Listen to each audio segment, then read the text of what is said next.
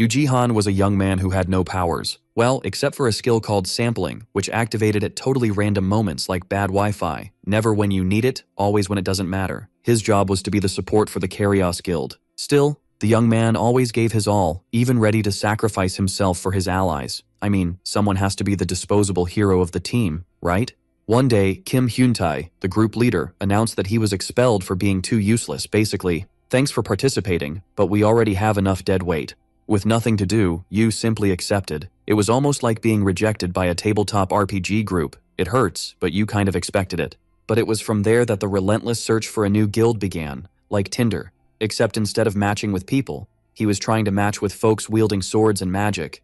Thanks to his somewhat buggy ability, he ended up reaching the Epic Guild, led by an elf. And, knowing the group would grow, he decided to apply. He literally saw a guild startup before it became a unicorn and thought, investing early is always better. What he didn't know was that in the middle of the meeting, Sylph, the spirit of the wind, would choose him as the new contractor. From there, Jihan finally starts to feel like a hero. But of course, with great powers also come great enemies, and sometimes bills. But that's a topic the script hasn't wanted to address yet.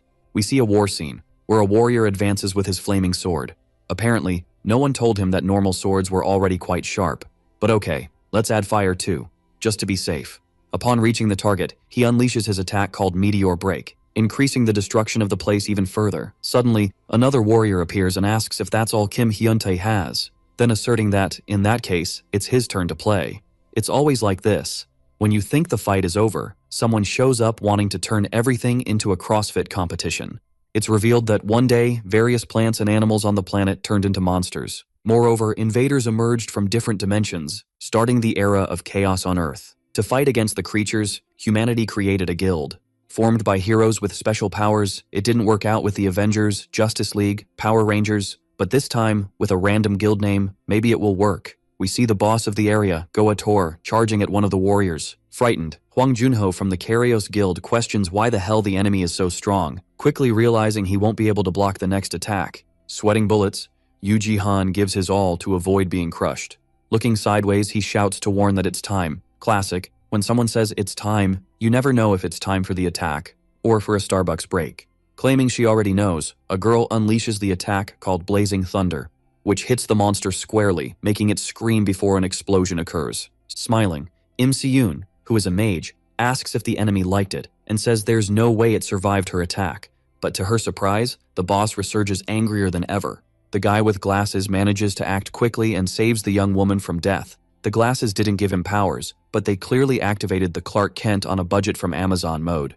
After analyzing the situation, he says that even though the creature didn't take damage, they managed to buy time for Mia Lee. Running, the warrior uses and abuses her attack called Quick Slash, causing the boss to kneel, unaware that something is coming from above. Kim finishes the fight with his Meteor Break attack. We find out that the Chaos Guild is number 1, and the red-haired guy is the leader. There's always a red-haired leader. Statistically, they have more authority in RPGs than in office meetings. Our boy used to be part of the team until one day, after an intense battle, Hyun-tae called him to announce his expulsion. Just like that, out of the blue. Alone and in the rain, the young man laments having worked hard for 7 years only to end up with a pittance, while remembering how his former allies said he was weak and that no one there needed his presence anymore. In the midst of a lightning storm, the protagonist declares that his story cannot end that way. We discover that his unique ability is called sampling, and its activation happens randomly in special situations. Thus, after being expelled from Chaos, he searched for a new guild for a week until he found the Fun Guild, which has great growth potential. Determined to succeed, Yu breaks into a young woman's apartment, and before hitting the ground face first, he says he's there to join the Fun Guild. Of course, the best way to enter a new team is to literally walk into the boss's house. After a while, he wakes up with Kim Si-hoo, who is also the guild master, staring at him. Intrigued, the girl asks why the guy wants to join her guild if he's already part of a larger group. Our boy says he will explain everything, and, after a few minutes of conversation, the young blonde states that she understands the situation, but still, he could join larger teams. Classic corporate feedback. I understand your situation. The proto wonders if it would be a good time to talk about his skill. Not receiving any response, Si-hoo takes off her headphones and reveals that she is a mix of elf and human, which means she carries within her the DNA of those who once massacred humans. Staying firm, our boy says he knows she's trying to scare him, but it won't work. since he has nothing against elves and even thinks they look quite similar to humans. Points for diplomacy. Few admit that elves and humans are practically the same people at the drive-thru at 2 a.m. Surprised, the girl says she will think about his request and will get back to him soon. Suddenly, the elf staff starts to glow intensely because the sylph spirit, which had been sleeping for 12 years, decided that this was the moment to wake up. Amid all that light, the young woman tries to prevent something from happening, but ends up failing. And after an explosion, she wonders why sylph made contact with a human, if there's strong light, explosion, and mystery, or if it's ancestral magic, or someone used aluminum foil in the microwave. Again, we see that Yu has just obtained a super rare class, which only 20 people in the world possess, called Elementalist. To become a hero of this type, it is necessary to make a contract with some special being to use its power. Thus, there is the Elementalist of mist, of the sea, of sand, and now, of wind. The elf explains what happened and reveals that Sylph is her deceased mother. A bit startled, the Proto asks if there's no way to cancel the contract, but the young woman says it's too late for that. Unfortunately, mystical contracts don't have an unsubscribe button like fast food newsletters, and support doesn't respond even via DM. Since, when a spirit chooses its owner, it's not easy to make a swap, and the contract remains until the bearer's death. Our boy questions what he should do now. Without answering, Sihu asks if the young man is trying to run away.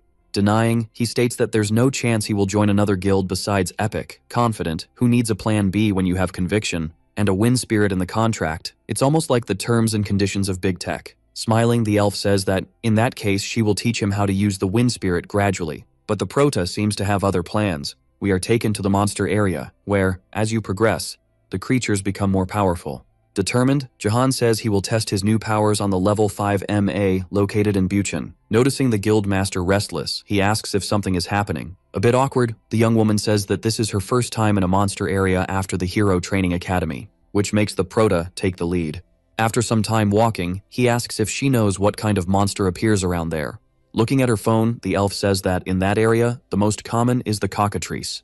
Analyzing the situation, the Prota concludes that he will need to be both the tank and the damage dealer. Suddenly, Sihu screams that she feels a strange presence behind the car ahead. We see a cockatrice having its afternoon snack. Turning around, our boy asks the young woman to help him from the back. The creature charges without hesitation, but it is quickly blocked, giving space for the elf to unleash her wind arrow strike. An explosion occurs, and when the dust settles, we see that the cockatrice has gone to a better place. The Prota praises his ally for the good work, but the friendly atmosphere is interrupted by the emergence of 3 more monsters. Yu turns around, and his sampling skill activates, to show that if he crouches, he will be able to dodge the attacks. After doing so, the young man uses the acceleration attribute to deliver several blows in quick succession. Shocked, the elf asks if he really just awakened 24 hours ago. Putting away his sword, the protagonist says it's time to loot. But when Sihu was preparing to help him, he suddenly felt something strange and shouted, to warn about a much more dangerous enemy that had just appeared. Using his power, Jihan saves his ally from death. Confused, the elf asks why there is such a monster in a level 5 MA, but our boy has already figured out that it is a variant of the cockatrice. To make matters worse, his ability shows that the chances of victory are only 12%. He asks if the girl can keep up with the creature's movements. She says just a little, as the boy charges into the attack. After getting close enough, Yu asks the guildmaster to act. Obeying, the elf casts the decelerating wind attack, causing ropes to immobilize the enemy. However, the strategy works for only a few seconds and quickly, the creature breaks free. As it lands to deliver a fatal blow, our boy remembers when Kim called him useless and, using the cutting wind, mixed with his fury, sends pieces of the variant flying everywhere. Unbeknownst to him, he is being watched by the Earth Elementalist, Yun Doha. We are taken to the class 2MA, located in Gyeonggi-do, where bizarre creatures with red eyes face Junho's power. Giving it his all, he asks Sion to act immediately. Obeying, the young woman launches her attack called Lightning Chain, causing a huge explosion of yellow lightning. The tanker appears and complains that he was almost hit, but the mage says that's why she told him to lose weight. As they prepare to leave, another creature appears, ready for a snack. The redhead asks Yu for help but quickly remembers that he is no longer part of the team. Fortunately for her, Kim appears and cuts the monster in half with a single blow. With the job done, the mage and the tanker find themselves exhausted. Confused, the big guy asks why the monsters looked so different. The leader approaches and says that, in fact, they were just normal giant worms and, threatening to attack his allies, questions when they started to fear such insignificant enemies. Interrupting the fight, Lee Maya appears with her clothes all dirty and says that the processing of Zone 2 is complete. Furious, the red-haired guy says he already warned her not to act as she pleases anymore, since they no longer have support. Remembering the Prota, Huang states that their lack of success is due to the young man's departure. Denying, Hyuntai says that Yu was just useless. We return to see our boy and his new ally. A little further away, a guy with glasses smiles, claiming he found a gold mine. The elf approaches to ask if the Prota got hurt and, preventing him from hitting his head on the ground, questions what happened. Even weak, Jihan says they need to collect as much as they can, as variants are worth a lot of money. Sihu gets annoyed, as she was genuinely worried, but then asks if there isn't too much for just 2 people. It is at this moment that Zhang Saim appears and introduces himself as the CEO of the monster processing company Mongdong. Curious, our boy asks what a businessman is doing in such an MA. Explaining, the young man says that his company is new and has been doing this to survive, then asking what the duo thinks about leaving the processing of the carcasses to Mongdong. The elf seems to agree, but the Prota senses something strange. The young man puts on his gear and starts examining the material, stating right after that it is definitely worth good money, all without revealing that his true intention is to collect a magic crystal that only appears in variants. Suddenly, a stone structure surrounds him. Frightened, he begs for his life and says he will return the magic crystal. Yundoha appears and asks if the young man was really going to take someone else's item. Surprised, Sihu asks what someone from the Dice Guild is doing in a place like this. Taking the crystal, Yu asks if he is there to try to steal from them too. But the man says that by the association's orders, the variant was his. Even seeing that he has no chance of victory, our boy says he doesn't care about that. Appearing behind him, the Earth Elementalist states that, in fact, he is not a man to ask. Still trapped, Jang wonders why he had to bump into the Earth Dragon. Nervous, the young blonde asks the man to step away from Jihan, but Doha tells her to be quiet unless she wants to be without her partner. Activating his power, the Prota says that, in fact, the one who will die is him, then launching his attack called Breath of the Night. After retreating, the hero asks how that happened, if he had pinned the young man to the ground, quickly realizing that he invoked the element to cancel the damage just in time, which makes him someone very interesting. Our boy discovers that if he continues using elemental magic, he will be done for, and concludes that, indeed, he is no match for a Class 1 hero. Approaching again, the Earth guy suggests they start the second round, but Yu hands over the crystal and surrenders, stating he has no intention of fighting anymore. Unable to violate the surrender decree, the man laments that he can no longer have fun. Suddenly, the association members arrive in 2 helicopters. From above, a woman asks how Yoon dares to act alone like that. With the crystal in hand, he says he has completed the mission and doesn't need anyone bothering him. Before leaving, he asks for our boy's name, and after getting the answer, he asks the young man to participate in the Class 4 promotion test, as he himself will recommend him. Inside the aircraft, the woman says the test is in 2 days and asks how they will send a recommendation letter. However, her words cease when she realizes that the Earth Elementalist has been injured. On his knees, Yang apologizes for his mistake, but the Prota says he should prepare to take a beating. Trying to reverse the situation, the guy says he heard about the test and knows they will need an equipment exchange, so he would like to take the duo to a workshop before anything else. Sometime later, they arrive at the place and Jihan finds it strange that no one else is there. Sihu asks if the young man is trying to pull a fast one on them again. Suddenly, a dwarf blacksmith appears and asks who they are and what they are doing there on his day off. It is revealed that, in that world, the dwarf race is made up of top-class blacksmiths, being the most sought after by heroes for producing S-rank weapons. Taking advantage of the duo's distraction, Saim decides to sneak away. The blacksmith says he is not a dwarf, but a native Korean. Shouting, the Prota asks him to show his ID, and even irritated, the guy complies.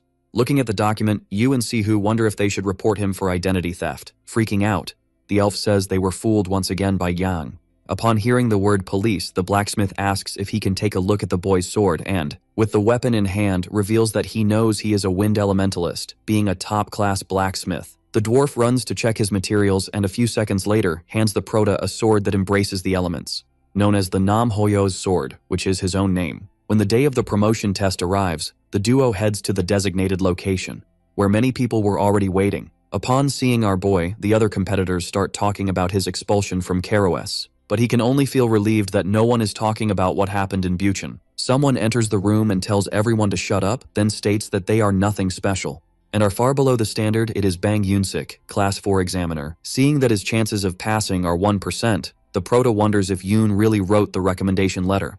Elsewhere, the secretary of the Earth Elementalist informs that she sent the letter, but would like to know why he chose that examiner. In the testing area, the competitors rush towards the man in the suit, who, sending everyone flying, says they really are nothing but idiots. A message appears notifying that Team 12 has failed. Watching everything, Hansuk asks if Bang is not exaggerating, while Oh Hyun questions what she will say to the superiors if no one passes. Suddenly, everyone stops to observe our favorite duo, who was recommended by the guildmaster Dice. The boy says they will suffer a bit since the group leader is not usually flexible. We see that to pass, it is necessary to defeat the examiner or receive his recognition. Sihu asks how they expect a Class 5 group to defeat someone so strong. Analyzing the opponent, Yu asks her to take care of the rear, just like she did during the AM. When the signal is given, Bang attacks right away. Our boy is kicked away, but when the blonde girl was about to receive a punch, something stops the examiner, who realizes that the recommendation letter was not a lie. He shakes off the elf and starts running towards the prota, who, blocking the attack, realizes that the man is indeed very strong, even using a wooden sword. Thus, the young man decides to use the breath of night to create some distance. Doing a somersault, the examiner says that talent is very annoying, not realizing he is about to be attacked from above. We see Yoon again, who, responding to his secretary, says there is no one like Yoonsik, since he has the ability to cut through the wind. On the battlefield, the man delivers his blow called Wave of the Devastating Blade, hitting Jihan in several different spots. On his knees, our boy says he is not as fast as before, especially with that sword, which consumes a lot of mana. The examiner asks how someone so weak managed to get a letter of recommendation, but before he could deliver his final blow, he is stopped by Sihu. Positioning herself in front of the boy, the young woman says she will take care of everything, since she cannot stay in someone's shadow forever. Bang asks why they don't just retreat. However, the elf decides to charge forward, which irritates him. Using her ability to listen to the flow of mana, the young woman manages to dodge the blows and launch a wind arrow. The examiner quickly frees himself but ends up caught in a trap. Surprised, he wonders how a Class 5 can perform multiple conjurations along with a 7-fold magic. A large explosion occurs, but unlucky for the elf. Yoonsik escapes unscathed and, with the sword at her neck, says her attack was too slow, then asking what Yu is waiting for to attack. Angrily, our boy says the man will lose for being too arrogant, attacking next with the Blade of Wind after figuring out how his sword works. We are taken to another place, where a man tells another that the status report of Kim's team is ready. Without turning around, the guy in the pinstripe suit asks if Kang-woo is adjusting well. We find out he is none other than the master of the Karos Guild, Park Jung-sob. The blondie says that, according to the evaluations, the young man is still adapting and, changing the subject, comments on the fact that Yu took the Class 4 promotion exam. Furious, the master questions how that is possible and finds out the boy was recommended by Yoon Do-ha. We return to the training area where Bang is completely cornered. Realizing he is dealing with an elemental mage, he decides to surrender. Outside, our boy shows relief. Impressed, Sihu asks how her ally adapted to elemental magic so quickly, but even he doesn't know. Smiling, Jihan says the victory only happened because she drew the examiner's attention. But now it's necessary to focus on the interview test. After some time, the name of the Epic Guild is called. In the room, Heen, Han-suk, and Lee Dong-ho from the Warriors Guild comment on the previous group and claim that they do not deserve to be approved.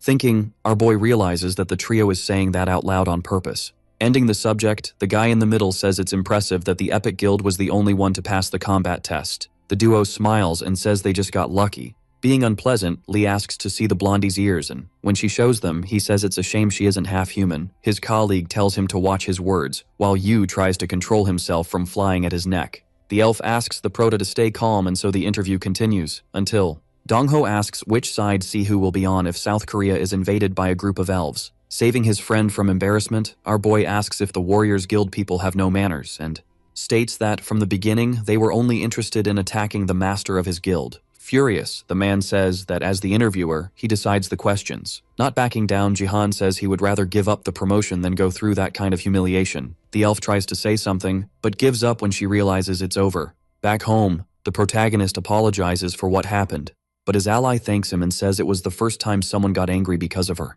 Intrigued, the young man asks why she keeps clicking the refresh button then. When the result appears, they stare at each other.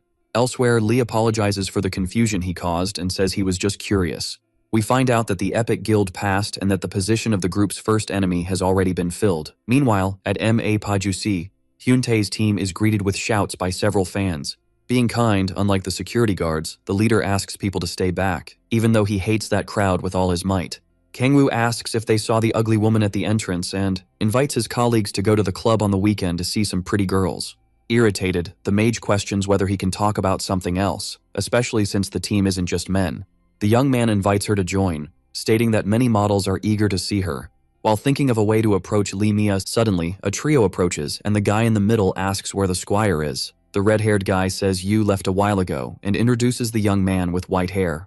Unfazed, the man with a scar on his face recalls how the protagonist's skills were unbelievable and asks Kim to pass his contact to him. Kang-woo says that for sure, the guy is overrated. Changing the subject, the leader asks him to hand over his sword, before finishing off a creature that appeared out of nowhere. Nearby, a guard evacuates people from a Class 4 MA, just as Sihu and our boy arrive. Inside a building, the duo faces a saber-tooth. The elf strikes the enemy from the sides, while Jihan cuts it in half with his sword. Once the job is done, he says it will be necessary to call the processing company to move the monsters. Suddenly they hear someone calling for help and run out to assist. But upon entering one of the apartments, they discover the screams were from Jang. After a while, outside, the elf says it must be fate that they met again. The protagonist decides to take it easy and says they got good equipment thanks to the guy and asks if he would agree to sign a monster processing contract since he has good skills. The young man thanks him wholeheartedly and runs off to take care of the corpses in the building. The good mood ends when the Creature Protection Union people show up. It is revealed that the organization's goal is to ensure that monsters and humans coexist in perfect harmony. When questioned, our boy says he doesn't agree with that. But he is prevented from speaking further when some group members breach the barriers and advance. Preparing to attack, he asks what that means. A woman panics upon seeing a dead monster and says she is very sorry on behalf of humans. Knowing that heroes cannot touch ordinary people, Yu decides to wait for the association to arrive. Yoon appears and, asking permission from the UNPC, introduces himself as the one they hate the most. Everyone is startled, and a guy questions what a rank 1 hero is doing there, while our boy wonders if the man has nothing better to do. Smiling, the Earth Elementalist says it's time for all of them to return to hell, then summoning his elemental Mumu. The creature opens its mouth, and yellow ropes emerge, binding the Creature Protection Organization members. Surprised, Jihan says the man's control to avoid hurting anyone is so precise it's absurd. The guy with glasses apologizes for the delay and comments on the fact that they passed the promotion exam. Our boy says it was all thanks to him who assigned a powerful examiner. Moving forward, Doha states that he is now eager to know who is the strongest. The trio is interrupted by members of other guilds and decides to go elsewhere. In a construction area, the hero greets the workers. We find out that this is the HQ of the Dice Guild, which is trying to expand the underground training field. Upon entering the building, the protagonist is impressed by how the construction noise has completely vanished. Sihu is also impressed, but by the size of the magical barrier, which must have cost around 20 billion. Park Yegyong, the vice leader of the guild, appears and is tasked with preparing a room. Pinching the hero's cheek, she asks where he has been since he hasn't fulfilled any commitments. After a brief discussion, the Epic Guild is taken to a room. The man asks if the young man knows why he is there. Being very direct, Jihan says it's because of his elemental. Confirming, Yoon makes Mumu appear in the form of a dog and asks them to greet him. Our boy says the creature looks too different, while it mentions it needs to return to the construction, until it realizes there are more people in the room. While the elf is smitten with the little one, the man asks if the young man can call his elemental. Obeying, the protagonist introduces Sylph. Doha then explains that the only elemental the country has discovered so far was Mumu, and that, after an investigation, he found nothing about that elemental, besides not understanding why the young man left Karos for fun. Therefore, he would like to know how he signed a contract with the Wind Spirit. Taking the lead, Sihu says that Sylph had a different contractor before everything happened. What was your mother, Ernahas? The man is surprised by the revelation and concludes that elementals are much more complex than he imagined. Deciding to get straight to the point, the hero reveals that he is interested in buying the Fun Guild. For nothing more, nothing less than 20 billion. The elf asks if he is serious, confirming. Doha says they can remain a duo or hire more people, and that he will teach you personally. Besides not interfering in the group's actions. Noticing the hesitation, the man says he will give them time to think. But the prota is quicker and refusing, states that the Epic Guild will never be sold. Instead of the previous battle, Jang looks for the team, as he needs to show the incredible item he found. Back in the office, the guy with glasses says he can increase the offer if the boy thinks the amount is low. Our boy says that indeed 20 billion is nowhere near enough, since, just like the Dice Guild, the Epic Guild is going to become huge. Grabbing his ally by the clothes, the blonde girl asks why he is deciding things alone. Bursting into laughter, Yoon asks if Jihan really thinks he will turn a duo into a big guild. The prota then says he can call it confidence. Giving up the offer, the man decides to hand over the magical crystal of the variant, since the association has already finished its research. Our boy accepts, but asks why he made such a fuss. Suddenly, Sylph approaches the crystal and a very bright flash fills the room. Explaining, the hero says that elementals can grow by consuming the energy of items like that. Therefore, if he continues collecting the crystals, Sylph will be able to materialize just like Mumu. We are taken to the UNPC branch, which is determined to keep working until everyone realizes how important its mission is. Suddenly, roars from a rescued saber-toothed tiger interrupt the conversation. Excited, a young woman says she will go get the food, and we discover that the group feeds the creatures with kidnapped old people, while pretending to the whole world that their concern, besides protecting the monsters, is the care of the elderly. Minsu Lim, the branch manager, arrives and says he brought beautiful children from his trip, then calling everyone's attention to say that the prototype of a certain thing is ready. It is revealed that the organization is responsible for the variants, approaching the saber-tooth. The man uses his new weapon and says it will look even more beautiful. Upon seeing the result, the rest of the people starts applauding non-stop. We are taken back to the Class 4 MA, which now has a protective barrier to keep intruders away. Yu says that if they are lucky, they might get another crystal. Jang appears out of nowhere and scares the duo. Shouting, the boy asks why they disappeared out of nowhere, and after making another small drama, reveals that the scars from the other day and the saber-tooth remains were all sold for a fortune. The elf says she knew she was right about him. When the young man was preparing to talk about his commission from the sales, our boy steps in and says he will only receive 4%, not giving any chance for debate. Suddenly, a very cute little creature catches the trio's attention. With her is Min Yuri, from the one-person guild Snowflake. We find out that the woman is known for going around just to take down saber-tooths, but no one knows why. Jihan says it's better for them to go in quickly, before the chinchilla takes everything for herself. Out of nowhere, the creature appears behind him, showing that she heard the comment. Sihu asks his friend to be careful, but he says it's fine, as he knows he won't be attacked. Proving the boy right, the chinchilla starts licking him. Her owner approaches and says she didn't expect Chilla to be interested in someone else, starting a round of introductions. Interrupting the woman's thoughts, Saim introduces himself and offers his services. Before being grabbed by the creature, the scene catches the attention of others nearby. Noticing the situation, Min apologizes and, preparing to enter, wishes good luck. Reflecting, our boy says that considering how popular the young woman has become, she should have already been promoted to Class 3, but decides to let it go and enter as well.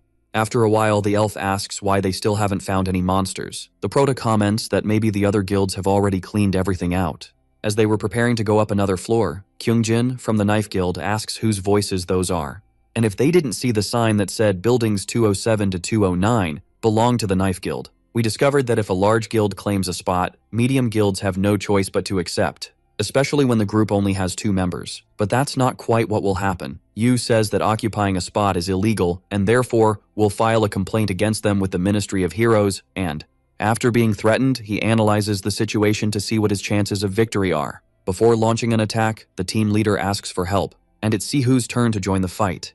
The young girl launches her water arrow to combat the fire arrow shot by the enemy, causing an explosion that can be seen even from outside. The duo takes the moment to run, but not to flee, rather to distract. Jihan appears from above and attacks Kyungjin, who wonders if the young man is really from the 4th class. By tripping his opponent, the protagonist ends the battle and, without caring about the man's words, places his sword very close to his eyes. The elf, who took care of the others, suggests they let it go for now, while the guild leader wonders who the hell they are. Trapped behind a wall of fire, one of the tanks doesn't notice the imminent danger, just like his ally, who, when he turns around, it's already too late to do anything. The screams catch the attention of our boy and the elf. Yu decides to use his ability and discovers that the chances of getting out of that place alive are 0.5%. Checking the beast, he comments that it's the first time he's seen such an extreme variation. The 2 guys from the enemy guild start trembling with fear and decide to run away instead of staying and joining the protagonist. The creature begins to approach rapidly, forcing our boy to draw his sword to block the attack. While doing this, he realizes that if he hadn't covered his sword with his element, it would have shattered, and concludes that he needs to end the battle with a single blow as quickly as possible. Sihu paralyzes the variant using the slow wind strike, giving the perfect opening for the boy to use the wind blade. The problem is that the monster manages to dodge and counterattack right after, throwing the protagonist away. Worried, the elf shoots wind arrows, but it's of no use and the enemy charges straight at her. Chilla enters the battle and saves the young girl just in time. The 2 creatures fly out of the building. Min approaches and says she heard an explosion and decided to check, but didn't expect to find them there. Then, she asks the elf to take care of the young man while she handles the variant. As she knows saber-toothed cats better than anyone, we see that Chilla is winning the fight but ends up getting bitten. Screaming to warn, the woman launches her attack called Ice Rain, which resolves things for just a few seconds. Along with her pet, Yuri plans what his next step will be. then performing a blizzard shot and taking advantage of the greatest weakness of a saber-tooth, maneuverability. The plan works, and finally the monster goes down, as, with its muscles contracted, due to the cold, its joints end up shattering. The elf watches everything impressed, but then remembers the protagonist, who, still on the ground, says they need to help the ice girl quickly. We see that his ability revealed that Min doesn't have many chances of winning. Down below, the woman prepares to finish the job, but the variant starts roaring to call its army, which is made up of all the saber-toothed cats in the complex. Yu asks if Sihu knows how to use levitation, and she says only to a certain extent. Grabbing the young girl by the waist, he says she should use it at his signal, jumping through the hole right after, while stating that this is the only way. Yuri manages to take down some monsters, but another one appears behind him, forcing Chilla to act to save her. Completely surrounded, the young girl concludes that she needs to kill the variant soon.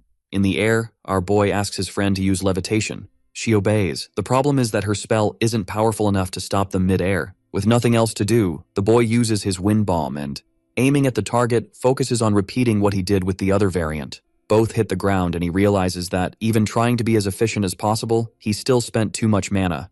Running, the tamer remembers that she asked them to stay out of the fight and insists she doesn't need help. Intrigued, our boy asks what her problem is with saber-toothed cats. Chilla appears to warn that part of the creatures is still alive, but Jihan notes that in fact, it is the variant that continues to summon helpers, in addition to having a healing ability. Hearing that makes Min remember something tragic that happened in his past. Cutting through his thoughts, the protagonist says that if they work together, it might be possible to win. But he ends up being ignored and doesn't understand why the young woman is acting so recklessly. After eliminating the small ones, the tamer comes face to face with the variant. However, she gets distracted, giving it the opportunity to act. Our boy appears and says that if he were the monster, he wouldn't eat cold food, then delivering a blow with his sword, leaving the enemy with one less paw. Chilla focuses on the normal cats, while the elf launches her wind arrows. When everything was going well, Yuri steps in front and prevents Yu from delivering the final blow, claiming that she needs the variant alive. The Proto questions if she has gone mad, but the young woman simply says she won't let him pass. Suddenly, something starts happening to the creature, which ends up attracting the others. Another person enters the battle and, controlling gravity, calls the trio amateurs. Agreeing, a man says he is disappointed to see they can't handle simple felines, revealing next that who is in the area is Bang Yunsik's team. Watching everything from the top of a building, Min Su Lim says he couldn't wait for the big guys to show up and, when asked, he says it's time to retreat, since the liquefied mana crystal has fused with the variant's body and, at that point, there's nothing more to be done. Thus, they should just continue as planned. Down below, Yunsik says that the hero department has a lot to resolve due to the state of the monster. Because of this, the elf, the Prota, and the ice girl are sent out of the AM. A week later, at the Fun Guild headquarters, Zhang asks what happened in the monster area, but our boy once again says he can't tell. We find out that 8 heroes died that day, due to the onslaught of saber-tooth cats. Reflecting, Yu concludes that everything happened so perfectly that it can't have been just coincidence. The phone rings and he wonders who would call the guild on a direct line. To his surprise, on the other end of the line is Min. Apologizing, she says it was the only way she found to contact him. The two chat a bit about how things are going until the young woman decides to get straight to the point and schedule a meeting for that day. The information leaves Saim in shock. Elsewhere, Sihu talks to her father, who heard about the variant and called to check on her. Kim Jaeono expresses relief that his daughter can count on Jihan and says he hopes to meet him one day, especially since the young man inherited the element from his late wife. A woman calls him to review a sample, and he ends the call stating he will go to Korea on the anniversary of the young woman's mother's death. Alone, she decides to tidy up the house, but her phone starts ringing once again. In the city, our boy is all dressed up waiting for the ice girl. She approaches and is relieved to know that he just arrived too. The two head to a restaurant, unaware that they are being followed. Fuming, the elf is sure that the Tamir is trying to steal her ally. The duo of spies follows the couple everywhere, and in their minds, it is clear that this is a date. Even saying she doesn't care, Sihu can't understand why she is so irritated. The sun begins to set, and Yu says the day was very fun. Min agrees. But her expression changes when he asks what the real reason for the meeting is. With no way out, the young woman says she would like him to accompany her to a place. They arrive at the hospital, and she reveals that her sister is being treated there. Upon entering the room, the Prota's ability activates, and he discovers that Soyeon has mana discoloration syndrome. It is at this moment that Yuria reveals that she and her sister were attacked by saber-tooth cats 4 years ago, which left the girl in that state. That's why she has been hunting the creatures for answers. But now that she has discovered that it is impossible to extract a cure from the monsters, she would like to apologize for the other day. While looking at the young woman, Our boy realizes that she is a central figure for the growth of his guild, and remembers that the same happened when he saved Jang, which is why he hired him, to see how his ability would respond. The prota concludes that he is on a mission, and to complete it, he will need 3 more people. Even feeling a bit dizzy, he claims he will do whatever it takes, then asking how long the ice girl has been hunting the creatures. Upon hearing it's been 4 years, Jihan questions if she doesn't think it's time to consider another way. Min is left confused, and he decides to give an example using a medicine that has a common ingredient called Centella asiatica, or Indian pennywort, which grows in mountains and fields, having anti-inflammatory and antibacterial properties. Thus, even if the plants have nothing to do with the reason for the injuries, they still end up being part of the healing process, which means that the cure for Soyeon might lie in something different from saber-toothed cats, something the tamer already knew, but continued hunting the creatures to satisfy her desire for revenge. Getting straight to the point, our boy says he would like to officially recruit her and, in exchange, he will do what he can to help her find a cure for her sister. Using his ability, Yu realizes that there's no way to know if the girl will recover. Yuri asks for time to think about the proposal, and he decides to just give her space. Leaving the room, the protagonist hands over the bracelet he received from Syme to the girl and says it's a lucky charm. The tamer thanks him, and thus, they bid farewell. We are taken to the Karos Guild headquarters, where Park is irritated by someone's delay for the meeting. We see that the someone was Yoon, who arrives complaining about the scheduled time. Junil, master of the Warriors Guild, asks if he has no shame in keeping everyone waiting. Furious afterward upon hearing a joke about what happened to his guild in the Class 1 MA. Finding humor in the situation, Baek Gangcheon asks if they really need to act like children and, when called out for a confrontation, says he wouldn't waste his time with someone so weak. Minjung, master of the Snowball Guild, questions why men need to have such fragile masculinity. Doha mocks and says that time hasn't been very generous to her. A suited man starts the meeting and says they were called there due to a new development involving the incident in the Class 4 MA, revealing next that there were signs of UIPC involvement. Excited, Yoon asks if this means they will go straight to the organization's headquarters. Calling him a fool, the red-eyed woman says that the UIPC operates globally and mere evidence doesn't give them permission to attack. Agreeing, the mediator says they need to be very careful so the situation doesn't get out of control. He then starts showing a video of the variant, which is quite different from the normal monster, before talking about other similar cases that have occurred recently. Junil asks why the man is sharing all this, and he explains that it's because a DNA study of the variants showed they have a new genetic combination, involving mana crystals, which, unlike the natural ones, were artificial and in their liquid form. When questioned, Doha states that she knows nothing about this subject, but has no doubts about who is responsible for this type of experiment. Beck asks what all this has to do with the UIPC, and the suited man says that on the day of the incident, many suspicious individuals were seen using the MA as an excuse, and one of those people captured by a drone is Lim Min-soo, who, 4 years ago, was fired from his position as a researcher from the Magical Engineering Department for stealing a mana crystal to conduct experiments on humans.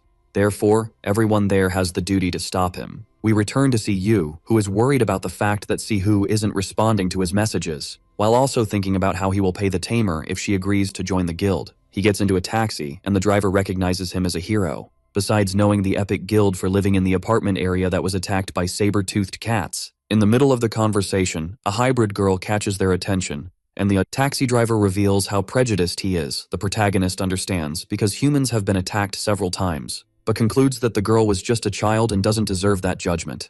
Looking out the window and seeing 2 men following the girl, he warns that he will get out.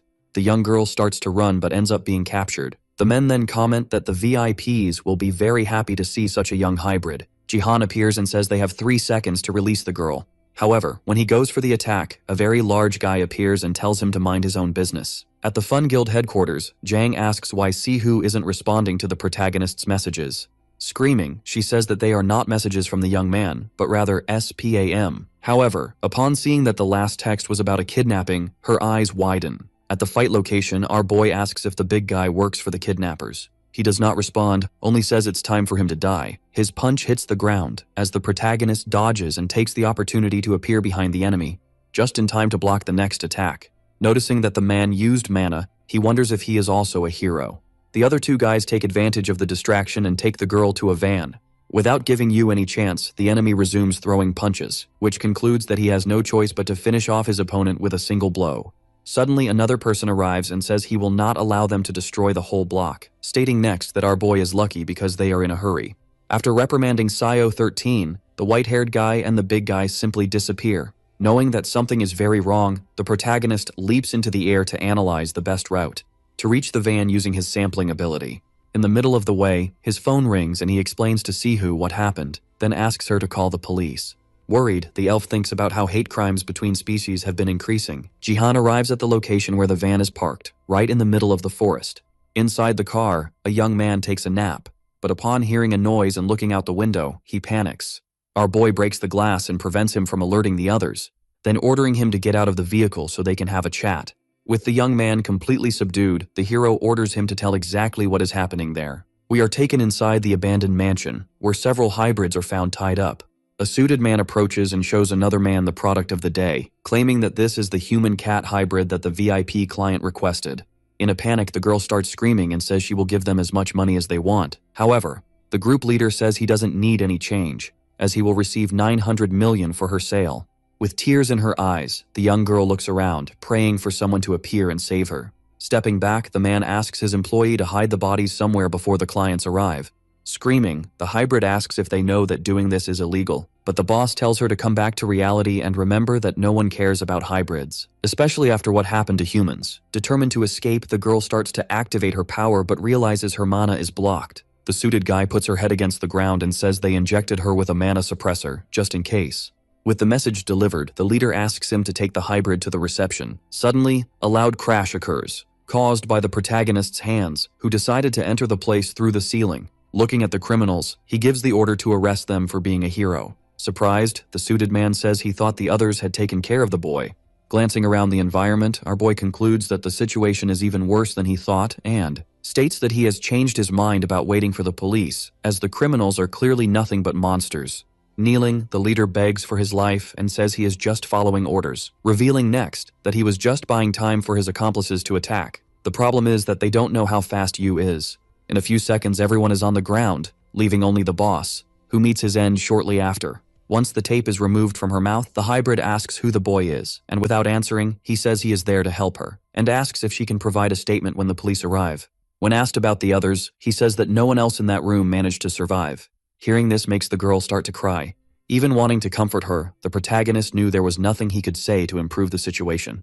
Outside, Sihu waits for news. Elsewhere, Lim thanks for the sample he received and states that it was almost possible to manipulate the mana crystal with 100% accuracy. The mysterious guy says he heard about what happened and asks if the organization can still operate normally. Even with the association watching, upon hearing yes, he says he doesn't want any trouble coming his way, commenting next about the delay in the supply line due to Jihan's interference. After taking what seems to be liquid crystal, the branch manager says he will take care of the boy personally. We return to the factory where only 12 children were found alive. Sihu approaches and asks if it was the Prota who took care of everything. He says yes, and that he couldn't arrive in time to save everyone, but that all the culprits have been arrested.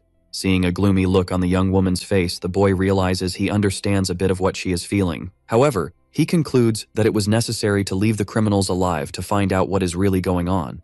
Turning around, our boy tells the police officer about the VIP client who is arriving. The man says he will investigate and informs that one of the victims wants to speak with the young man. We find out that the hybrid asked the duo to take her home instead of the police. Her residence is at the Casa da Criança Seu Azul, a center for young and vulnerable individuals of all species. At the door of the place, a woman calls for Rixus. The little girl runs out and, upon hugging the woman, apologizes for what happened, even though she is a victim. Yoon Young introduces herself as the director of the Casa da Criança, then thanks the young people for saving the hybrid before inviting them for a cup of tea. Inside, Yu comments on how quiet the place is, and the director says it's because the children are already asleep. Showing that this isn't entirely true, 3 children come out of a door and run to hug the young girl who was rescued. Rixus says she will put the trio to sleep and find them later. In the living room, the woman says that when she received the call from the police, she was so disturbed that she ended up telling the truth to the children. Sihu asks if none of the other victims lived there. Denying, the director says the others are from nearby facilities. Interrupting the conversation, Layla appears with tea and, upon learning that it was the duo who saved the hybrid, thanks them. Yoon Young then reveals that, 4 years ago, 2 children from the house were kidnapped, but only the young redhead managed to return alive. Nervous, the elf asks if there is anything they can do to help. The woman says no, as in the past other groups offered help but were not honest. Thus, when Layla disappeared, only the Dice Guild helped. Because of this, many benefactors from other species hold a grudge against the heroes. Showing her ears, the blonde girl says the director doesn't need to worry about the conflict between humans and hybrids in this case. Affirming next that even after suffering a lot of prejudice, she understood that there are those who choose to understand rather than judge. While looking at the two, the woman finally feels a glimmer of hope. That ends up reaching Rixus's heart, hidden behind the door. After leaving the Casa de Crianza, Sihu apologizes to Yu. He says she doesn't need to do that, but she should know that the donations will greatly affect the guild's budget. Even so, he will support her in any decision, as long as it is not harmful. Seizing the moment, the young woman asks why the boy met with Min without telling her. Interrupting the conversation, Rixus bursts in shouting and says she was so in shock earlier that she couldn't even thank them properly.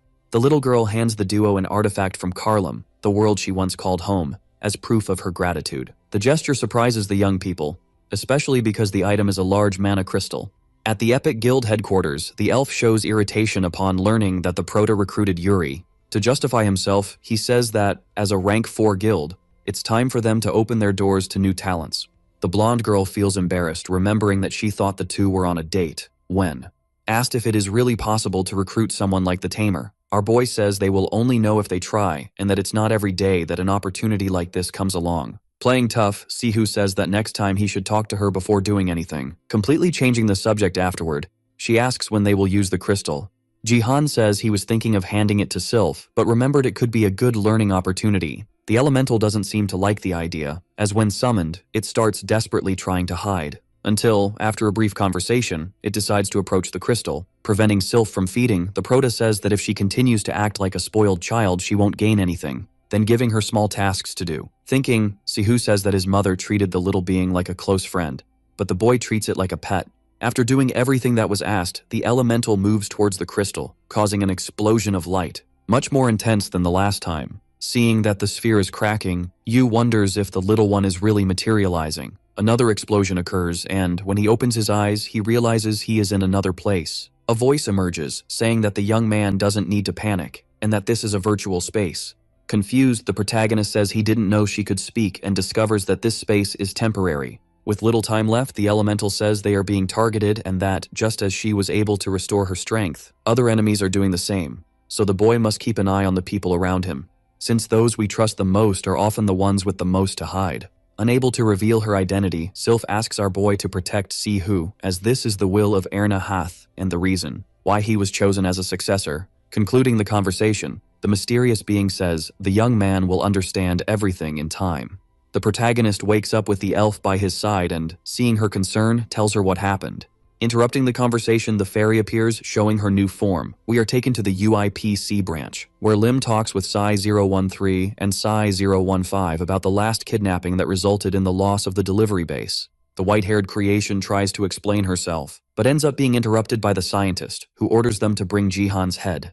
Suddenly, a man bursts into the room to warn that the heroes have invaded the place and are capturing everyone in the office under the orders of the association. We go back to moments before when Bang was called by Doha, who, being very direct, said he needed him to arrest a manager from IUPC and everyone working for him. When asked if the heroes' department signed the arrest, the elementalist simply says he decided to take a risk because if they keep following protocols, they won't get anywhere. Before ending the conversation, he reveals that someone from the association is working with the enemies, so it's better not to form a team with other guilds and to be extra careful. In the present moment, Yunsik realizes that no one there seems to be a big threat.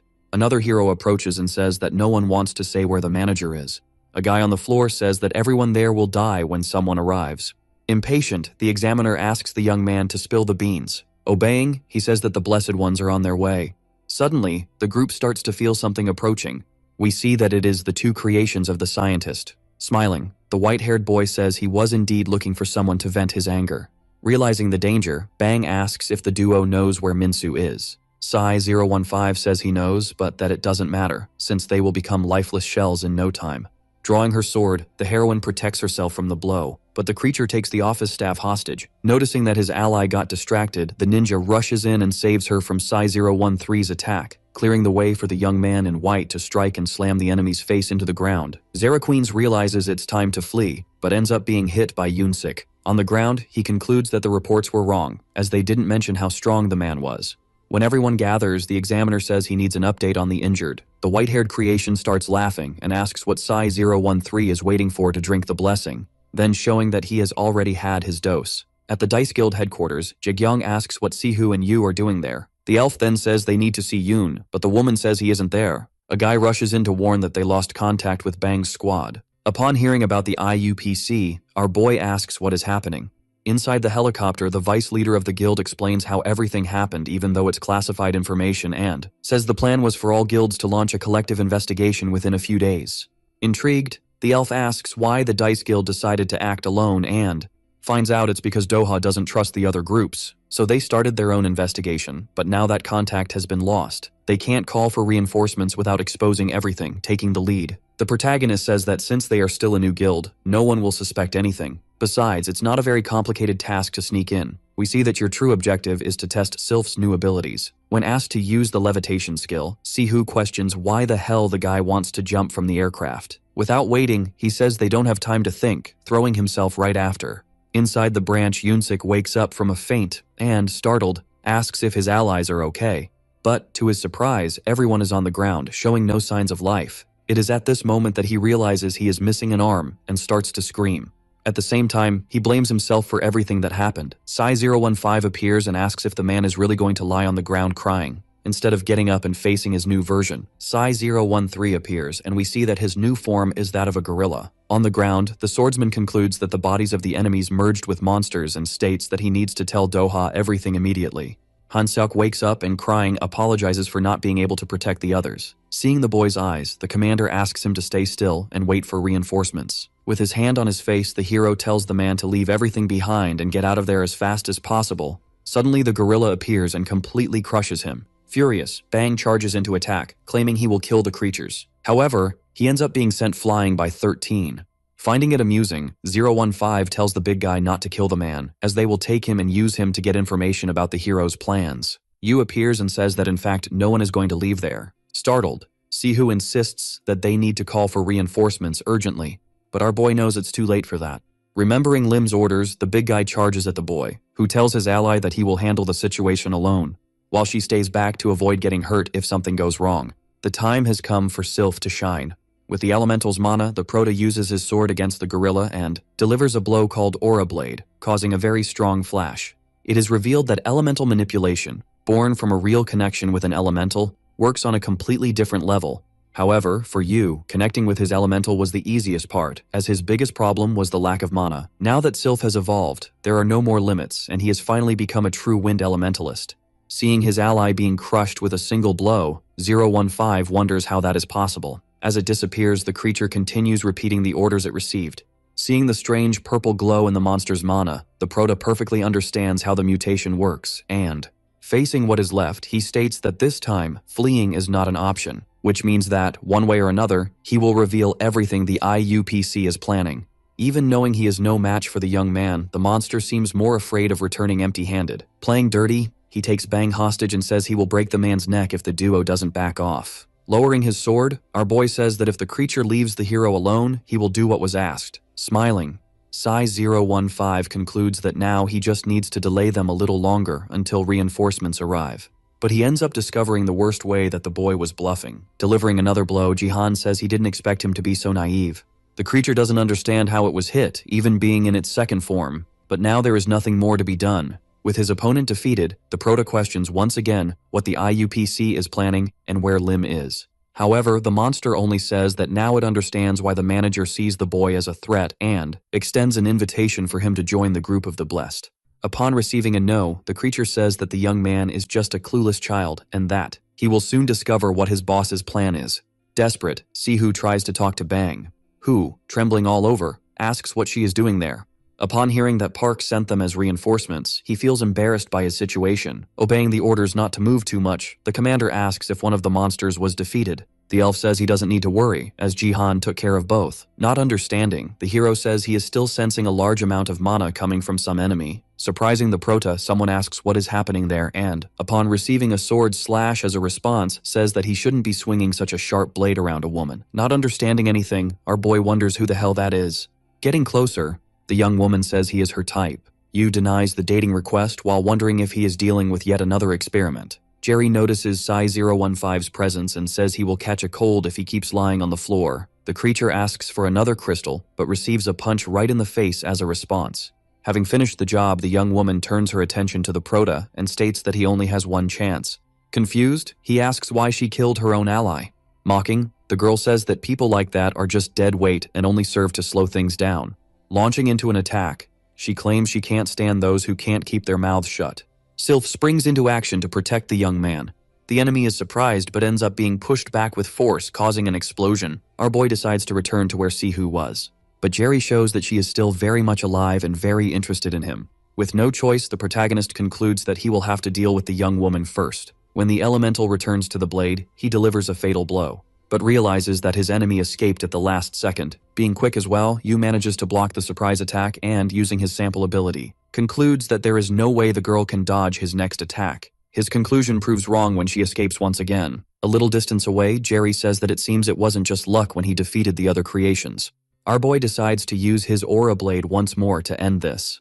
Excited, the villainess starts to run, claiming she is ready. Determined to blow the whole place up if necessary, Jihan prepares to attack, but Lim appears and reprimands her ally, introducing himself right after. Irritated, the young woman asks what the man is doing there, even after she said she would handle everything.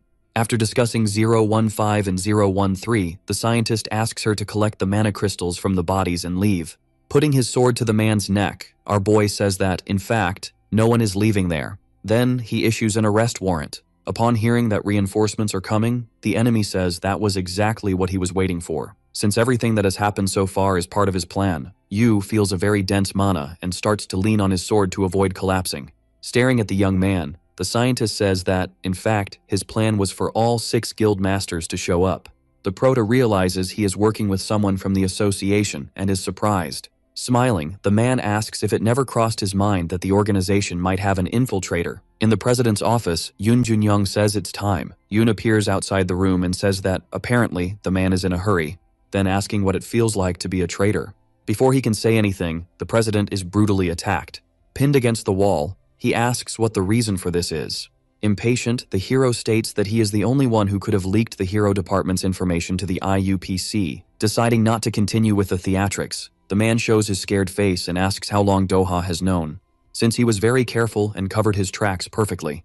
Smiling, the elementalist says that his instincts never fail and that he never liked him much, that, even though he is not a hero, he acted like one. Starting his transformation, Yun states that he didn't get this far by flattering anyone and, revealing his new body, says that the IUPC's advancements are beyond anything Yun can imagine.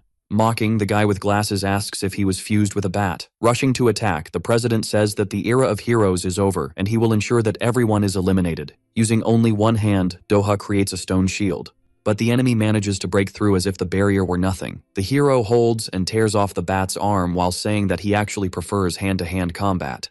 Unfazed, Junyoung launches the Dark Pulse attack, making the elementalist realize that his body has indeed been fused with that of a monster. Due to the blow, a crater forms in the wall. Feeling very powerful, the president says it's no wonder the members of the Dice Guild were eliminated like ants. Showing that he is doing very well, Yoon says he hates noisy monsters and, affirming that a hero is always ready to risk his life, says that, for sure, Bang was not taken down so easily. Irritated, he decides to summon Mumu, who starts to swallow the entire building, while Yoon finds himself trapped in an earthly prison. Surprisingly, the big bat starts to laugh and says that, as an excuse for conducting a joint investigation targeting the IUPC, it was possible to secure many heroes, including those from the 6 largest guilds. Thus, with them out of the city, the plan will finally be initiated. On the street, a little boy asks his mother what that thing in the air is. Everyone starts to run from the monster, which ends up being paralyzed by Minjong, to the luck of the woman and the child. However, in other parts of the city, terrifying creatures are having a feast. Doing his part of the job, Junil says he was really getting bored. Hyuntae is also in the midst of the chaos, not understanding where so many enemies came from, while trying to focus on reaching Class 1. Shocked, Junyoung asks where so many heroes came from. Doha then says he called everyone who was out of the city, as well as sending someone to the branch. We see Bayek flying, while admiring how beautiful the building is before entering, and asking if the scientist minds if he disrupts the party a little. Everyone turns around as they feel the presence of the leader of the best guild in the nation, also known as the most powerful hero in Korea. Stammering, the guy with glasses asks why he is there and not taking care of the monster invasion. The hero then says that someone really wanted his presence in that place. Greeting then, our boy, before questioning if he would have allied with Minsu. The prota asserts that he would never do that, while thinking about how the boy's mana is even more intense. Gangchun says that even if no one from the Dice Guild has noticed, he still plans to take everyone who is there. Soon after, he uses the revealed daydream. Worried, the scientist asks Jerry to forget the mana crystals as they need to get out of that place soon. Smiling, the hero says that in fact, there is no way out anymore, since everyone is inside his dream palace, from where no one leaves without his permission. Yu finds himself unable to believe how a single person was able to create such a large virtual space, but decides that it is no longer time to waste. The hero prevents the young man from attacking, moving his position. Since Lim had slightly darker plans, totally transformed, the scientist shows excitement at being able to confront such a powerful hero. We see that the final result of his research is quite macabre, as it involves many variants. Beck says that maybe the man has a backup plan, so Jihan should stay out of the fight. Our boy tries to contest, but it doesn't help much. Upon hitting a wall after trying to attack, the villain starts to get irritated. However, he concludes that soon the boy's mana will be completely drained because of the size of the structure. Thus, he just needs to make him keep expending energy. Preparing for battle, the hero asks Yu to just sit and watch, then performing a multiple conjuration. That cuts the enemy's body at different points. Not caring, Minsu says that, thanks to the mana crystals, his recovery is almost instantaneous, but ends up being caught off guard by Gangchun, who asks if the man will continue healing himself even after he wipes the floor. The impact of the dimensional obliteration makes the Prota shield his eyes. Seeing what is left of the enemy, the hero questions how he is still alive. Lim then says that all his crystals were destroyed except for one. Impatient, the boy steps on what remains and says that he talks too much. Jerry enters the scene, stating that he cannot let the scientist die. We discover that one of the flaws of the Dream Palace is the fact that it consumes tons of mana, and moreover, for this ability to be used, the user needs to keep a safe distance, since if someone gets too close, the distortions can backfire and the user becomes very exposed. That is why the hero always keeps his enhanced perception activated. But this time, the girl sneaked in so well that he completely forgot she was in the room. Without turning around, the boy asks if the girl is an Azesian, stating that he knows this species very well, as he was responsible for their extermination.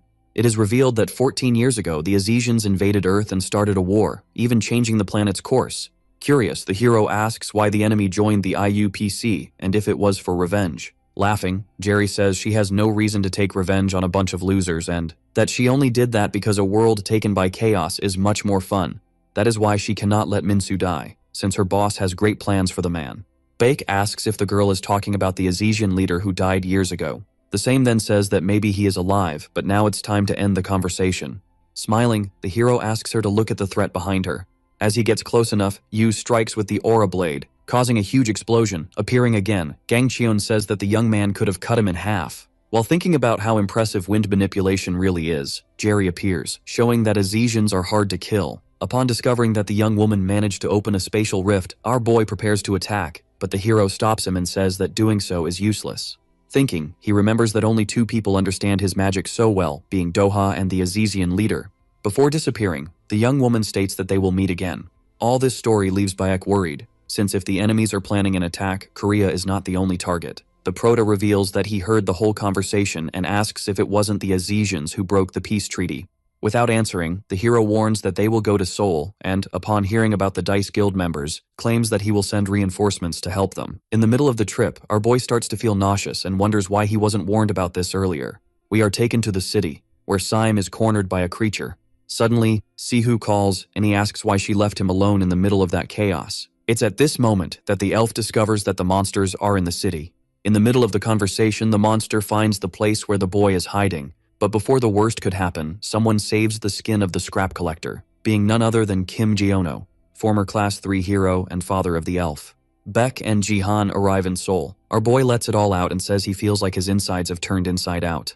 Explaining the chaos, the hero says that the city is in ruins thanks to the IUPC. Furious, the young man asks why they would do this. Due to the confusion of the heroes' association, Gangchen says that the next stop is the Dice Guild. Knowing that there is a chance of encountering someone unexpected, the Prota concludes that he needs to keep his eyes wide open. Doha appears and says that he wasn't the only one waiting for the duo. Junil and Minjong complain about the delay, while Yu realizes that he is among the best in all of Korea.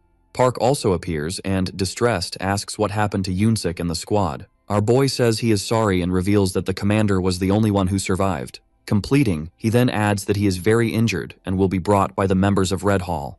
Nervous, the Earth Elemental asks his ally what happened at the site. The hero apologizes for not saving anyone, but at least found out that the Azesians are still alive, including Rias, responsible for the war 14 years ago. The leader of the warriors shouts that this is impossible, but the heroine reprimands him, reminding him that the agreement was to never mention what happened when everyone was together. Furious, Yoon states that if he finds out that Beck is wrong, he will twist his neck like that of a chicken. Jihan doesn't understand the reason for the nervousness and tries to find out who the unexpected person is that will appear. A little further away, the Carius Guild spots the heroes and decides to go to them. Kim shows himself against it and says that this is the moment to show what the group is capable of doing. Kangwoo spots Yu and asks who he is and why he is talking to the guild masters. Upon seeing the boy, the red-haired guy recalls the day he expelled him and asked him not to hate him for it, since it was all a matter of safety. But when pressured by the Prota, he reveals that he thinks he is a useless meddler who can't even help properly since he has no skill. It was on that day that our boy stated that no matter how hard the man tries, he will never be able to reach rank 1. Upon hearing the name Jihan, Jaeono, who was nearby, asks if the people know where he can find him. We are taken to the branch where the Red Hall members are looking for the Dice Guild heroes. A soldier finds only Bang and asks where the woman they said would be with him is. Everyone is caught by a binding magic and the elf comes out of her hiding place, asking if it was the IUPC who sent them. Taking off his helmet, one of the responsible shows that he knows Sihu and says that the world is indeed small. It is Yeonji Jong, who also attended the Hero Academy. In the city, the Kuro's leader asks who the man is, and he replies that he is just a civilian. Furious, Kim says that if he wants to leave there alive, he better reveal his identity at once. Saim steps in and says he can explain. The young man introduces himself and the man. Shun is shocked to find herself face to face with a legend, and claims that Jiano is the veteran hero responsible for guiding everyone to victory in the devastating war 10 years ago. Smiling, the man says she might have exaggerated a bit, while the young woman asks for an autograph. Baek appears and says that if the red-haired guy keeps frowning like that, he will end up with more wrinkles. Everyone is startled, as they neither saw nor felt the hero approaching. He then says he came to see who was spying on them, asking next what the elf's father is doing in Korea. Being direct, the old man says he has family matters he cannot ignore, revealing right after that today is the anniversary of Erna's death. Hearing this makes Gangcheon a bit uncomfortable. He moves and appears next to the researcher to invite him for a drink. Saim hears Jihan's voice and starts running in his direction. It is at this moment that the protagonist notices the presence of his old guild and greets Kim, who, still nervous, says the young man shouldn't think he's special just because he met some rank 1 heroes. Our boy says the man hasn't changed at all and continues to act like a child. Then recalling what he said during the conversation about his expulsion, hearing that again awakens the red-haired guy's anger. He ends up being stopped from attacking by Doha. Laughing, he says he held back and didn't expect to bury the man's face in the ground like that. Seeing everyone leave, Hyuntae promises that he will make the young man pay for that humiliation. With everyone gathered, the elf's father reveals that he knew about the Azesians and says he has been observing traces of mana from the creatures all over Japan. Jun-il concludes that Baek was indeed telling the truth, while our boy discovers that the unexpected person he was going to meet was the researcher. Getting straight to the point, the man asks him and Sihu to stay out of everything that is happening at that moment, because the Azesians are after Sylph and her daughter. We see that the young woman is in a helicopter with Jong, about to land. After getting off the aircraft, the elf asks if she is really in Seoul. The short-haired girl says yes, and that most civilians have been evacuated to the suburbs.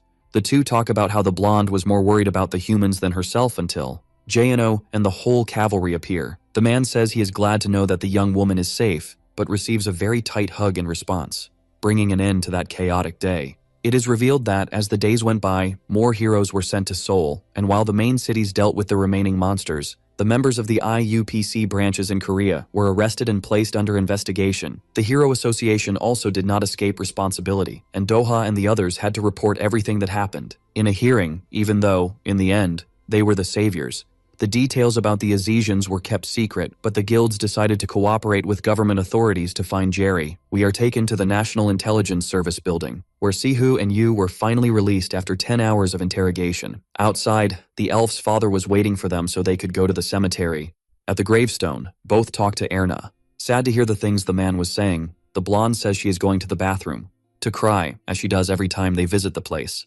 Even after a decade, Jaehono shows that he is still unable to let go of his love, or understand why the woman had to leave so soon. At the Epic Guild headquarters, Jihan feels relieved to finally be able to rest. Lying down, he remembers everything that happened, including the part where the researcher said the Azesians would come after him again. We find out that Sihu's mother was killed by Rios, who wanted to have Sylph for himself. Now the story could repeat itself, knowing this. Our boy concludes that he needs to get as strong as Baek and Doha. Suddenly the door bursts open, startling him. Someone enters and says they knew they would find him there. It is Min, who apparently has been looking for the protagonist. Later that same day, Saeem walks through the streets until the conversation of two boys about a video catches your attention. We see that someone filmed and posted the heroes' meeting. Because of Jihan's presence, people started talking non-stop that he would be a new hero. All of this makes the scrap collector sure that the epic guild is destined to rise to even greater fame. He arrives home but ends up finding Yuri talking to the protagonist. The young girl says that seeing the boy on the news helped her make a decision, revealing next that she came here to say she accepts to be part of the guild. Outside, Jang concludes that the two are talking about dating and, excited, says he is very jealous. Smiling, our boy says they can sort out the contract details with Sihu later, while thinking about how the young girl will be a great help in the fight against the Azesians. The position of the scrap collector is revealed by Chilla, who is smaller in size and apparently adores the young man. In the car, the elf learns about the new member and says she is already on her way for them to discuss the terms. Jano asks if the subject was the tamer and says she is quite well known in Japan too, which means that his daughter's guild is becoming quite impressive. Smiling, Sihu says he will work hard to fulfill his mother's dream of building a guild with people of different species. At the guild headquarters, the researcher introduces himself to the ice girl, while judging the calluses on her hands, as they show how skilled she is. Observing, Jihan understands why the man is being so careful, especially now with the story of the Azesians.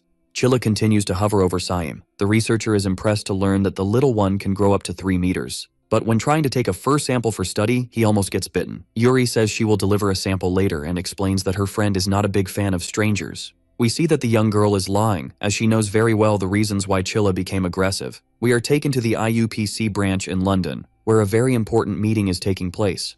Isaac Becker, the president of the organization, welcomes everyone, and states, when questioned, that he called Rios there to sort things out, as the plan for the Korea branch failed. Far from there, Minsu awakens and exits from a completely intact tank. Jerry appears and says he waited for 3 long days. When asked, she confirms that the plan failed, and that the other version of him is dead.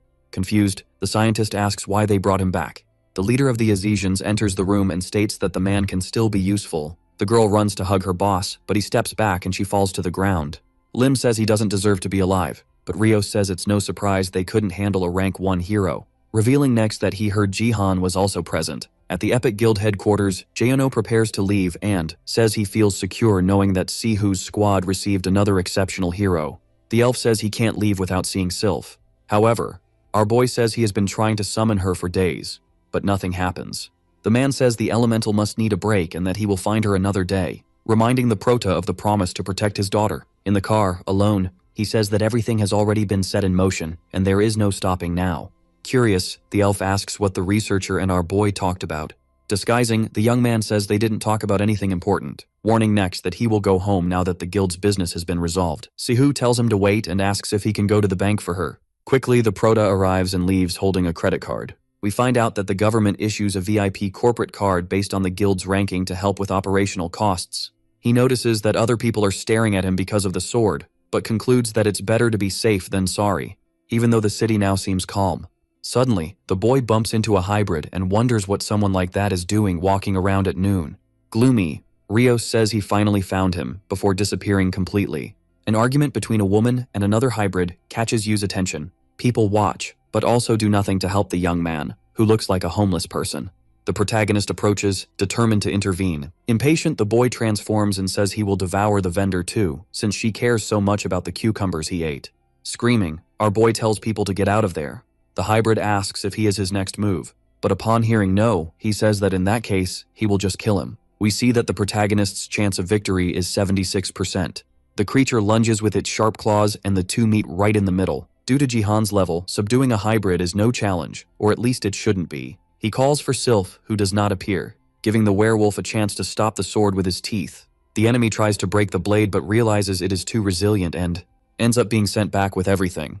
Our boy feels relieved to see that his sword is still intact, but he still can't use his elemental manipulation, which is a problem, since even with the numbers in his favor, victory is not guaranteed. The hybrid asks if the guy is distracted or something. Snapping out of his thoughts, he asks what the creature is looking for, since it killed someone. Laughing, the werewolf asks why a reason is necessary to kill someone. Yu then says that in that case, it's time for him to die, thus giving up on the plan to wait for the heroes. Both rush back in and exchange blows when they get close enough. The protagonist manages to read all the enemy's attacks, but at one point, he changes direction mid-strike, messing up the statistics. With his arm injured, the boy laments not being able to use his elemental manipulation and, even with no choice, decides to counterattack. Suddenly, Mia appears and catches both by surprise, especially the hybrid, who ends up taking a huge hit. The young girl asks what happened to the protagonist's arm. Frightened, the werewolf starts to apologize, but the girl says it's too late for that, slamming his head against the ground once more. Watching, our boy says it's no wonder they call her the Crimson Killer. After a while, the police and cleanup crew arrive. The protagonist approaches, showing that he has already treated his wounds, and asks what the heroine is doing there. Several people appear and start to whisper. Our boy grabs the girl's wrist and says it's better for them to get out of there. On top of a building, Rios wonders why you didn't use elemental manipulation. We are taken to the Dice Guild headquarters, where Beck is curious to know since when businessmen were allowed to participate, referring to the fact that Young Seop is also present. When questioned, the man says he was in an important business meeting, which is why he didn't show up when Seoul was under attack. Everyone notices there is still an empty chair. Explaining, Doha says that the person who will sit there just returned from a mission in Russia. The other heroes are not pleased to know who is arriving and start to complain. Gyubak Kang, from the Destiny Guild, appears and claims he is happy to see that nothing has changed. Silence fills the room as soon as all the seats are occupied, until Junil tells the newcomer to drop the bottle before he forcibly takes it away. The boy asks the man to cut him some slack and says he is only drinking because talking to him sober is unbearable. Moreover, being expelled from his own country leaves a bitter taste in his mouth. It is revealed that the young man is the fifth and final member of the suicide squad that exterminated the Azeans a decade ago, and that when it comes to tracking and assassination targets, no one comes close to him. However, 5 years after the war, the hero was exiled to Russia as punishment for leaking classified information. Minjong asks Gyubak to stop acting like the victim, even after trying to leak what happened 10 years ago. After laughing, the hero says they can't just bury the truth forever. Yoon interrupts the discussion and reminds them that staying silent about the fateful day is part of the agreement. After getting everything off his chest, the newcomer apologizes for not treating them with the respect they deserve. Beck says it's good to see he understands things and welcomes him. Then suggesting that the meeting should begin after all, they need to talk about how they will get rid of Yu and Rios. In the city, the protagonist is still walking holding Limia's hand, in search of a private enough place. When questioned about his attitude, he says he didn't want to drag her along, he was just in a hurry. The girl suggests they go into the karaoke so they won't be recognized. Inside, the receptionist asks them to look at the sign before entering. Embarrassed, our boy says they are not a couple. In the room, the young woman asks if the guy wants to sing something. He says no, and remembers that it's been ages since they sat down and talked. So, he would like to know what she's doing in that neighborhood. Mia says she moved recently in that. She was going to the market when she saw the commotion. They both talk about how things are going and about the new member of the squad, but Mia ends up being too vague, and the protagonist realizes something is wrong. Knowing it's not his business, he decides to clean some dirt from the young woman's hair, even though the heroine says she's not a child to be treated that way. With flushed cheeks, the girl asks if Yu hates her, since she agreed to his expulsion from the guild. Being honest, the protagonist says he was quite angry at the time, but now understands that the young woman only agreed because she was worried about him. Upon learning how well and stronger the guy is, Lee says she's happy, but it doesn't seem true. At the heroes meeting, Beck states that, indeed, the only choice is to kill Jihan. Two heroes question if he's listening to himself. He then says that his plan isn't to actually kill the young man, but to set a trap, since Rios is definitely after the guy. After half an hour of conversation, the protagonist and Mia leave the karaoke. Seeing a store, he asks the young woman to choose something as a token of gratitude. Even though she's all dirty, the heroine says she doesn't need anything, but she ends up giving in to her former guildmate's insistence. In the end, it's Yu who picks out an outfit. Outside, he says that if the jacket doesn't suit her style, they can go to another store. Lee says that actually the outfit is perfect and thanks him. They both say goodbye, as they will be going in opposite directions. Holding the bag, the heroine says she's never felt so happy to receive a gift from someone. We return to the London branch of the IUPC, where Isaac Becker is about to give an interview. The man starts by saying that the recent tragedy in Seoul has left everyone very shaken, but that the action was taken exclusively by the Korea branch, which he considers a breach of trust. Therefore, the IUPC will do whatever it takes to repair the damage in Korea and assist with recovery. A reporter asks how he intends to restore trust in the organization. The president then says that from that moment on, his organization commits to being completely transparent, in addition to thoroughly investigating how the incident occurred so that appropriate measures can be taken. After making the statement, Isaac feels relieved. Shirley Day, an executive at the IUPC, appears and says that the man really knows how to tell a story. The president remembers that he asked her not to attend the conference, but the woman reveals that she knows he is Robert, not the real Becker, and asks what's going on. Explaining, the other executive says that the old man had to leave to meet a guest. We see that the guest is none other than Jahello, who states that the outbreak in Seoul was not part of the agreement. Isaac says that what happened is nothing but a misunderstanding. Nervous, the researcher recounts that his daughter was put in danger because of this misunderstanding, but the president says that this is a necessary phase for paradise to be built. Moreover, making him the perfect being would bring about some discord. The man asserts that, even so, what happened is unacceptable. Therefore, he expects to be consulted next time, unless the old man wants to end the partnership. Emerging behind the researcher, Becker asks since when he needs his approval to do anything, since he is responsible for providing the means for the experiments to take place. Feeling the pressure, the elf's father questions how many mana crystals the president has ingested, without an answer. Isaac says he couldn't resist, as he needs to know how much his abilities would be enhanced, then asserting that thanks to the research, he is getting closer to realizing his dream. Jahello says it's better for the man not to rely too much on his research because if he keeps pushing beyond his limits, he'll be dead before seeing paradise. The old man says he took note of the message, but it's better for the researcher not to think about interfering in his plans. We return to Korea, more specifically to the workshop, where you decided to take the entire guild to visit Hoyol and perform an upgrade on everyone's weapons, as well as buy a weapon that better suits Yuri's role in the squad. Astonished, the heroine asks how the protagonist managed to find a workshop run by a dwarf, but Sihu says the man is just an ordinary Korean. The young woman becomes confused upon seeing the document, and our boy then says that nonetheless the guy is an incredible blacksmith. Changing the subject, she says when asked that she would like a bow that prioritizes precision and attack power over mobility. The blacksmith asks if the girl wants to be a long-range shooter to provide support, staying further back, and, with her confirmation, he reveals his entire arsenal, which leaves everyone shocked. Yu takes the opportunity to ask if his sword is still intact. Hoyol picks up the weapon to take a look and, after a brief analysis, says that there is something strange with the wind elemental that resides in the blade, which seems to be terrified. This means that something or someone is disturbing Sylph, which is why she is not responding. Our boy asks if there is a way to bring her back, but the dwarf says that, first, he needs to find out what scared her, since without trust between them, the bond will remain broken. The man lets slip something about Erna, but before he could explain how he knows the woman, Sihu calls Jihan to explore the arsenal.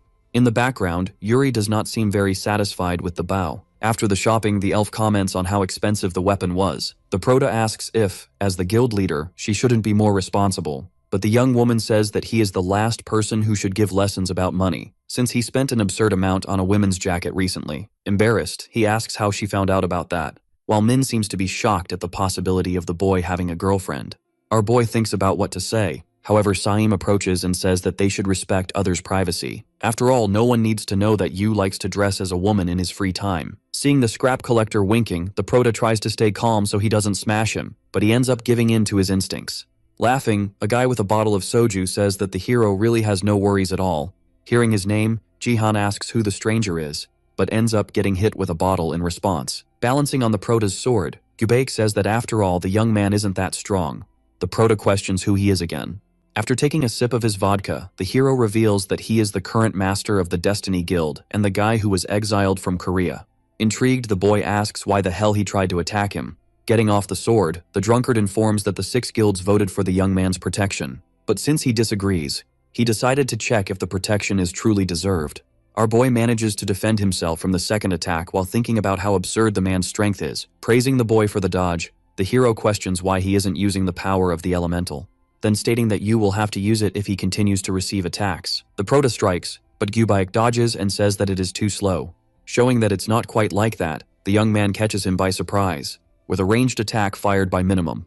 Approaching, the tamer asks if the man is an enemy. Confirming, our boy says that there's no way they can defeat a former rank 1 hero, so he would like her to distract him as much as possible. Seeing that Jihan has positioned herself in the back, the ex-exiled wonders what the guild is plotting. Sihu is the first to act, releasing the bindings, followed by the barrage of 6 magical arrows. Yuri is next and fires the icy arrows. Excited, Kang manages to deflect all the attacks using his weapon, then asking if that was all the duo had to offer. A little further away, the Proto remembers what the dwarf said and concentrates to talk to Sylph. When he opens his eyes, he is back in the other dimension, but no one says anything. Looking to the side, Yu sees his elemental curled up and says he is there to talk. However, the fairy tells him to get out of there, stating that she doesn't want the young man to die. Unable to get closer, the prota asks what that means. The fairy then asks if he knows what happened to her first contractor. With a sad look, Sylph says that Erna was amazing, but also very naive. That's why she won't let him follow the same path. On the battlefield, the hero asks if the girls are going to just stand there, then asking both to step aside so he can get what he really wants. Yuri calls for Chilla, who promptly appears in her GG version. Stopping the attack, Gubayak says he heard the story of someone who managed to tame a chinchilla. But they apparently exaggerated the rumors, since all you see is a giant furball. Only tormenting other people's pets, he decides to put the big guy to sleep. The heroine rushes to take Chilla in her arms. Frightened, Sihu says the man is very powerful and asks how much longer Yu needs.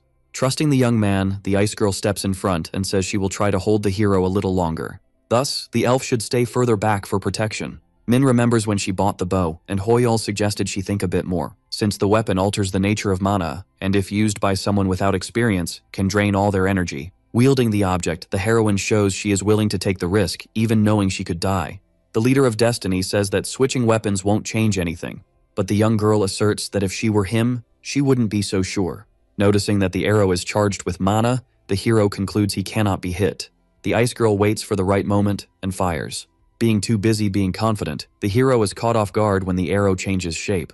Looking at the ice stones, the tamer thinks that should be enough to hold the man, but he appears behind her. Kang praises her for the attack, but says that such attacks have no effect on him, since he was banished to Russia and endured freezing temperatures every day. For that reason, he almost feels pity for having to destroy a hero with so much potential. Unless the young girl joins his guild, Sihu orders him to release the heroine, but he decides to do nothing, fearing someone might actually get hurt. The hero looks back and realizes Jihan has disappeared.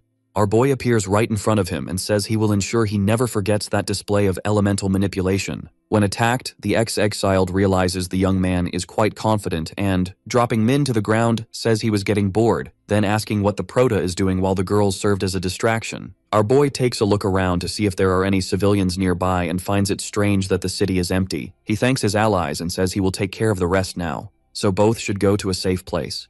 We return to moments before, when he was trying to understand why Sylph was acting that way.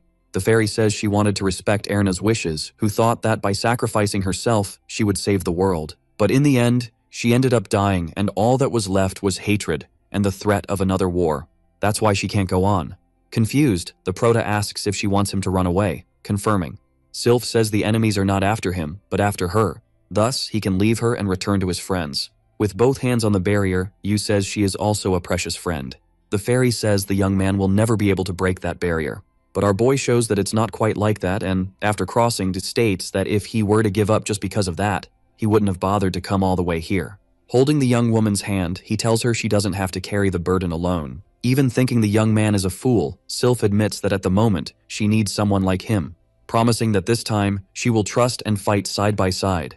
Jihan launches the wind blade attack. Trying to protect himself, Gubek admits that the mana is very dense and, charging into the attack again, asks why the young man decided to show the full extent of his power. Without answering, the protagonist also runs, starting a beautiful exchange of blows. A little further away, Sihu and Min are impressed by the speed and comment on how Yu's power has increased. The hero manages to dodge the attacks and says the prota really doesn't understand that this type of movement leaves openings for a counterattack. But to his surprise, his strike is blocked by the elemental.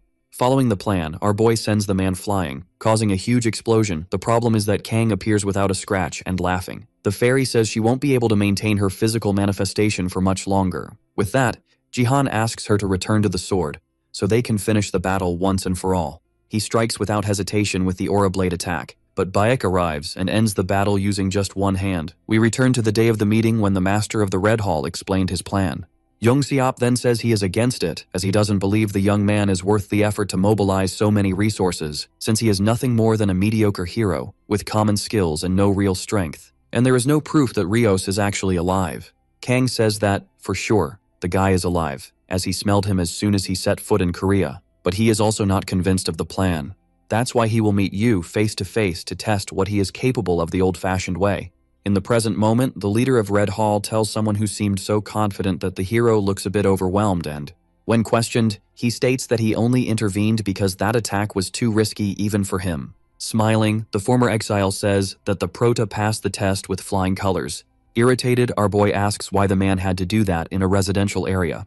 But Bayek tells him to relax and says he teleported the civilians long before the fight started. An army appears, showing that, indeed, preparations were made well before Jihan arrived. Sihu complains about being surrounded, but Yoji approaches and says that no one is there to hurt her. The Prota says he will not cooperate, not that way. However, he ends up discovering that he doesn't have much choice. Everyone disappears thanks to the teleport hero, except for some soldiers who stay to clean the area and Saim, who was forgotten trapped under some rubble. A soldier approaches and says that the boy will come with them. Elsewhere, Rias feels that Yu is on the move and asks if Jerry and Minsu prepared everything as requested. With confirmation, the gang leader says they used all the mana crystals stored in the lab and, as a result, 85 enhanced humans were successfully activated. We see that Psi-013 and Psi-015 have also been restored. The white-haired guy then says it's time to proceed with the Paradise Project. We are taken to the main headquarters of the Red Hall Guild, where the Prota and his allies do not know where they are. Bike appears out of nowhere and welcomes the trio. Smiling, he says he knows the situation escalated quickly, so he thanks them for their cooperation. Shouting, Sihu says it's not like he gave them any choice. Impatient, the protagonist tells the hero to get straight to the point. Obeying, he says he brought everyone to the building to protect the EPIC Guild from the IUPC and also to test the limits of the boy's elemental manipulation. In addition to luring the enemy there, since he detected the use of magic, which means the trio will serve as bait. Explaining, the boy says what the Prota needs to do is keep his mana flowing while he waits. Jihan asks what happens if he refuses. Activating his power, Gangcheon says that, in that case, he would have to crush his resistance, so it would be better to stop making things harder than they already are and cooperate. Drawing his sword, the protagonist states that if Rias appears, he will take him down. The scene makes the hero realize that the young man is truly starting to embody what it means to be an elementalist, while also resembling Erna quite a bit, and it is for this reason that he will not allow him to come face to face with the enemy. Doha appears and restrains our boy using his ability, leaving the two girls stunned. Beck says that if the man had taken any longer, he and Yu would have ended up fighting. About to launch wind arrows, Sihu orders the hero to free his ally, but his attack doesn't chip a piece off the stone cocoon. The man then says that no one gets free without his consent. Showing that it's not quite like that, our boy says that if anything gets in his way, he will simply cut it. Then asking Sylph to restore his elemental manipulation. The fairy does as requested and gives the command for the boy to act. We see that no matter how solid the barrier is, cracks will always form, and the wind will never miss its chance to pass. Through the gaps, chunks of stone fly everywhere, leaving everyone impressed, including Yoon, who is happy to see how strong the young man is. Jihan says that if the heroes want to stop him, they better come at him with everything they have. Gangcheon finds it amusing, but the elementalist says seriously that he has no intention of fighting, and that it's better for the boy to accept that there's no way to escape the basement of Red Hall, which, in turn, is inside Mumu's stomach. Intrigued, the Prota asks why go so far just to prevent him from meeting Rias. Without explaining, Doha simply says that this fight has always been theirs and that the tragedy from a decade ago as well.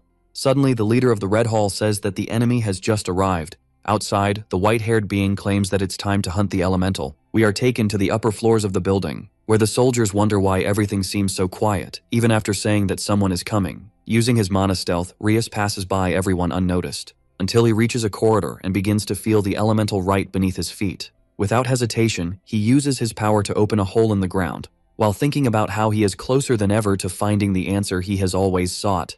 Upon landing, the leader of the Azizians comes face to face with two large sealed gates, and concludes that the heroes used a sealing technique with a complex formation.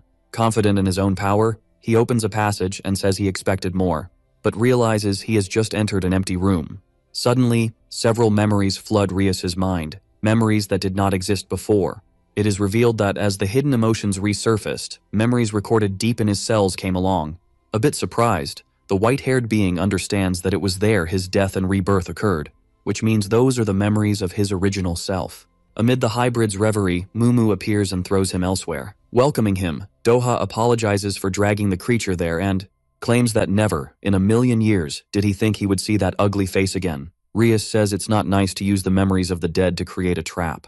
While wondering why his stealth ability stopped working, Beck appears and says that if the enemy wants to know how he was discovered, he can tell.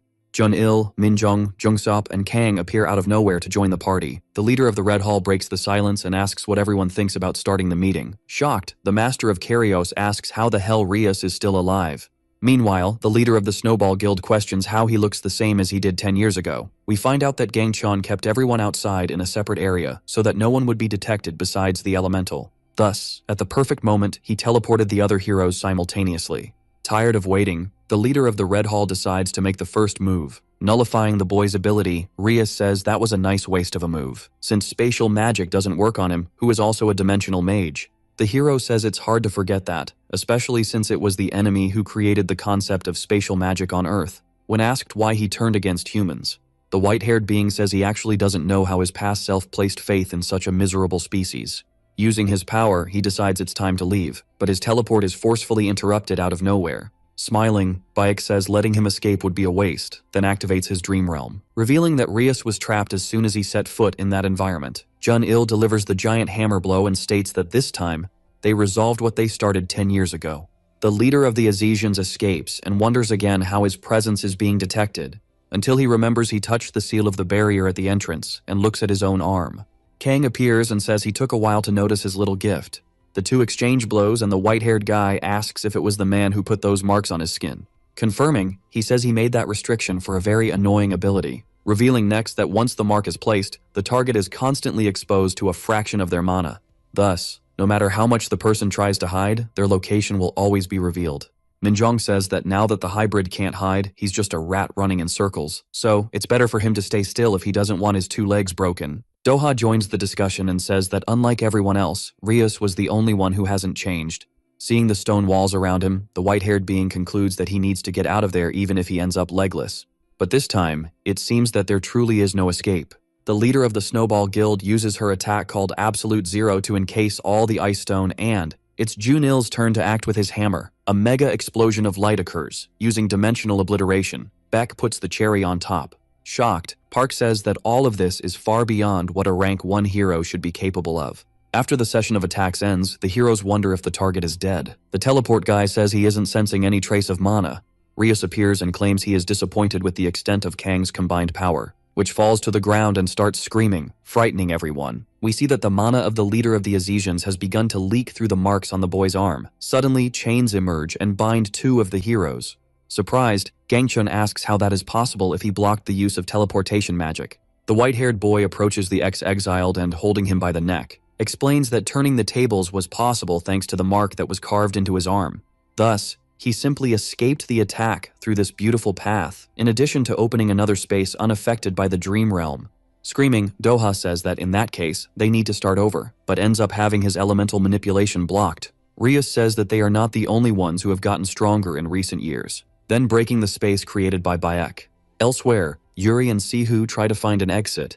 Our boy asks them both to stop wasting mana and decides to analyze the situation, but his ability says it cannot determine the probability of them breaking the barrier. Sylph appears and explains that this place is a type of pocket dimension shaped by the Earth elemental, which means that, to get out of there, the only option is to persuade him through conversation.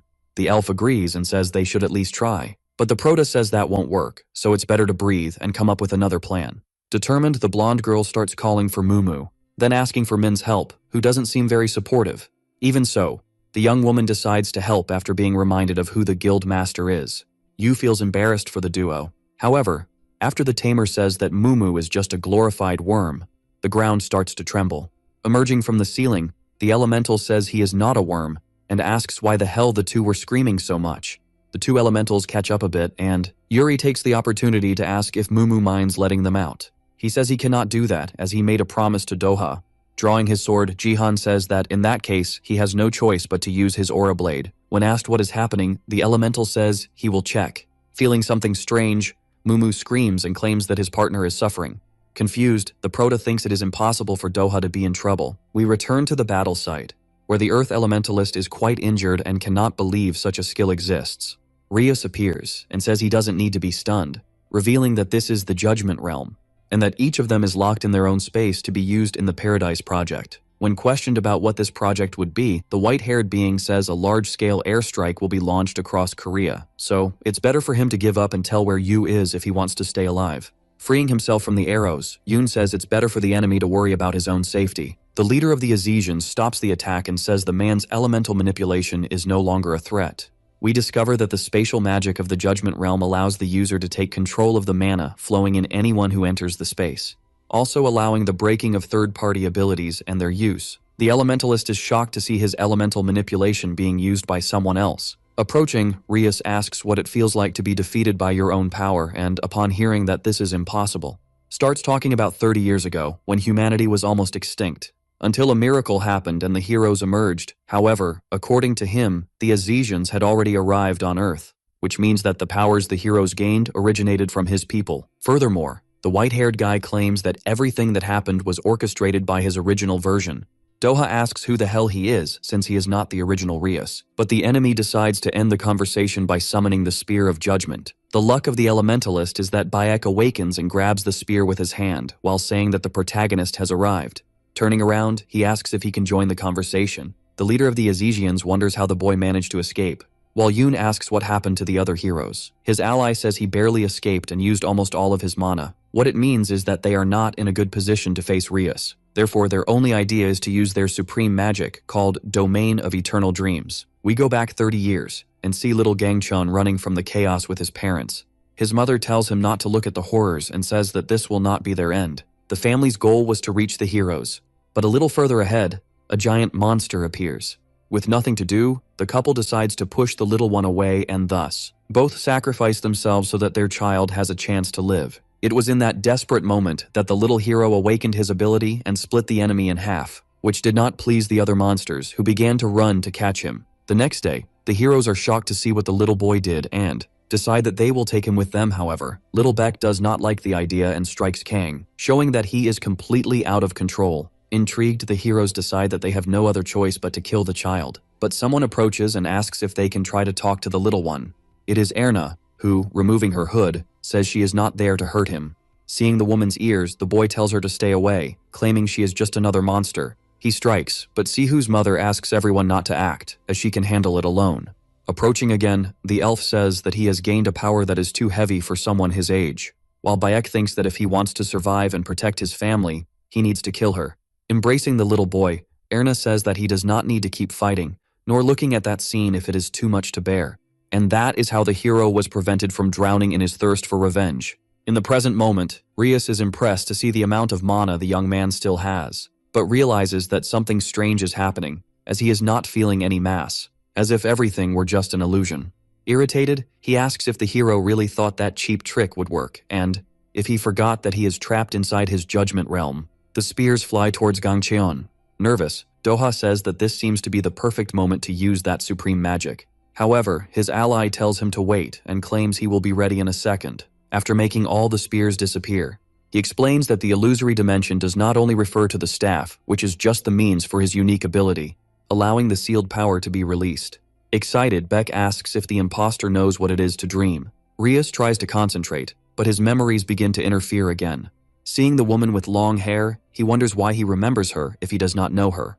Putting all his power into play, the hero says he will pull the memories from the depths of the enemy's mind and show how his nightmare ended. An explosion occurs, and the leader of the Azesians restores all his spears to go meet the young man. He says that this is useless, as those attacks will never reach him.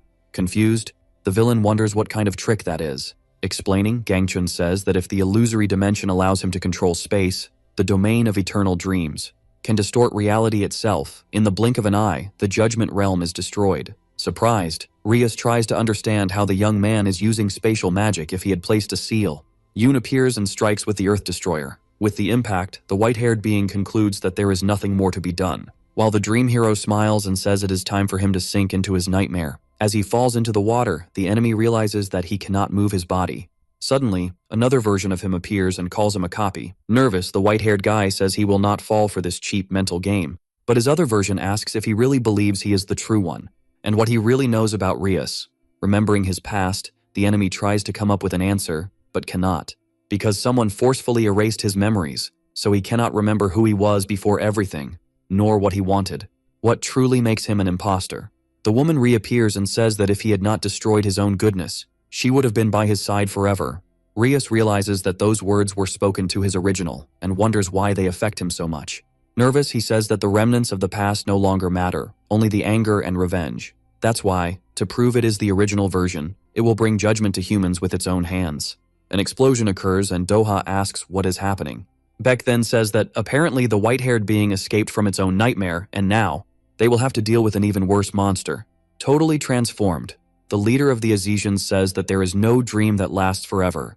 We are taken to the IUPC headquarters in London, where Isaac shows that he knows exactly what is happening. Shirley says she hopes this awakening doesn't delay the plans, but Reynard asserts that this won't happen, as Rias has proven to be a very persistent individual. The president then says it's time for them to act, and go to Korea to build the first paradise. Standing by his side, Jeono agrees. Back to the battle, the Earth Elemental asks if there is a mana crystal embedded in the enemy's chest, while Gangcheon questions if that would be yet another creation of the IUPC. At the same time, he tries to devise a plan to buy time and regenerate his eternal dream domain. The monster says that if they are going to stand there, it will be the first to act, then showing the full extent of its power. Yoon raises a barrier, but realizes that the released mana is incredibly dense. The dream hero says that the enemy is concentrating all its mana in a single point. After compressing enough, Rias displays the divine spear of judgment. Shocked, the elementalist asks how it is possible for someone to compress an absurd amount of mana into a single object, since this means completely breaking the limits of power. We see that the man is trembling with fear, as this situation reminds him of the past,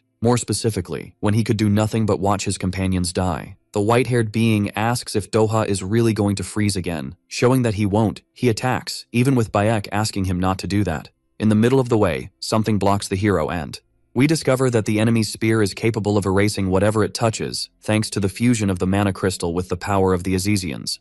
The luck is that this ability does not work against the eternal dream domain. Spitting blood from his mouth, Gangchun asks his friend not to run around like an idiot anymore, while thinking that it might be necessary to use his last resort. Rios wonders what the limits of the hero's ability are, since he saw the elementalist die as soon as he was touched by the spear, and concludes that for sure, the domain has a weakness, which can only be the sphere hovering between the boy's hands. Running, he strikes with the divine spear of annihilation. After being hit, Beck asks at what point he said there was only one sphere, showing that, in fact, there is one inside his eye.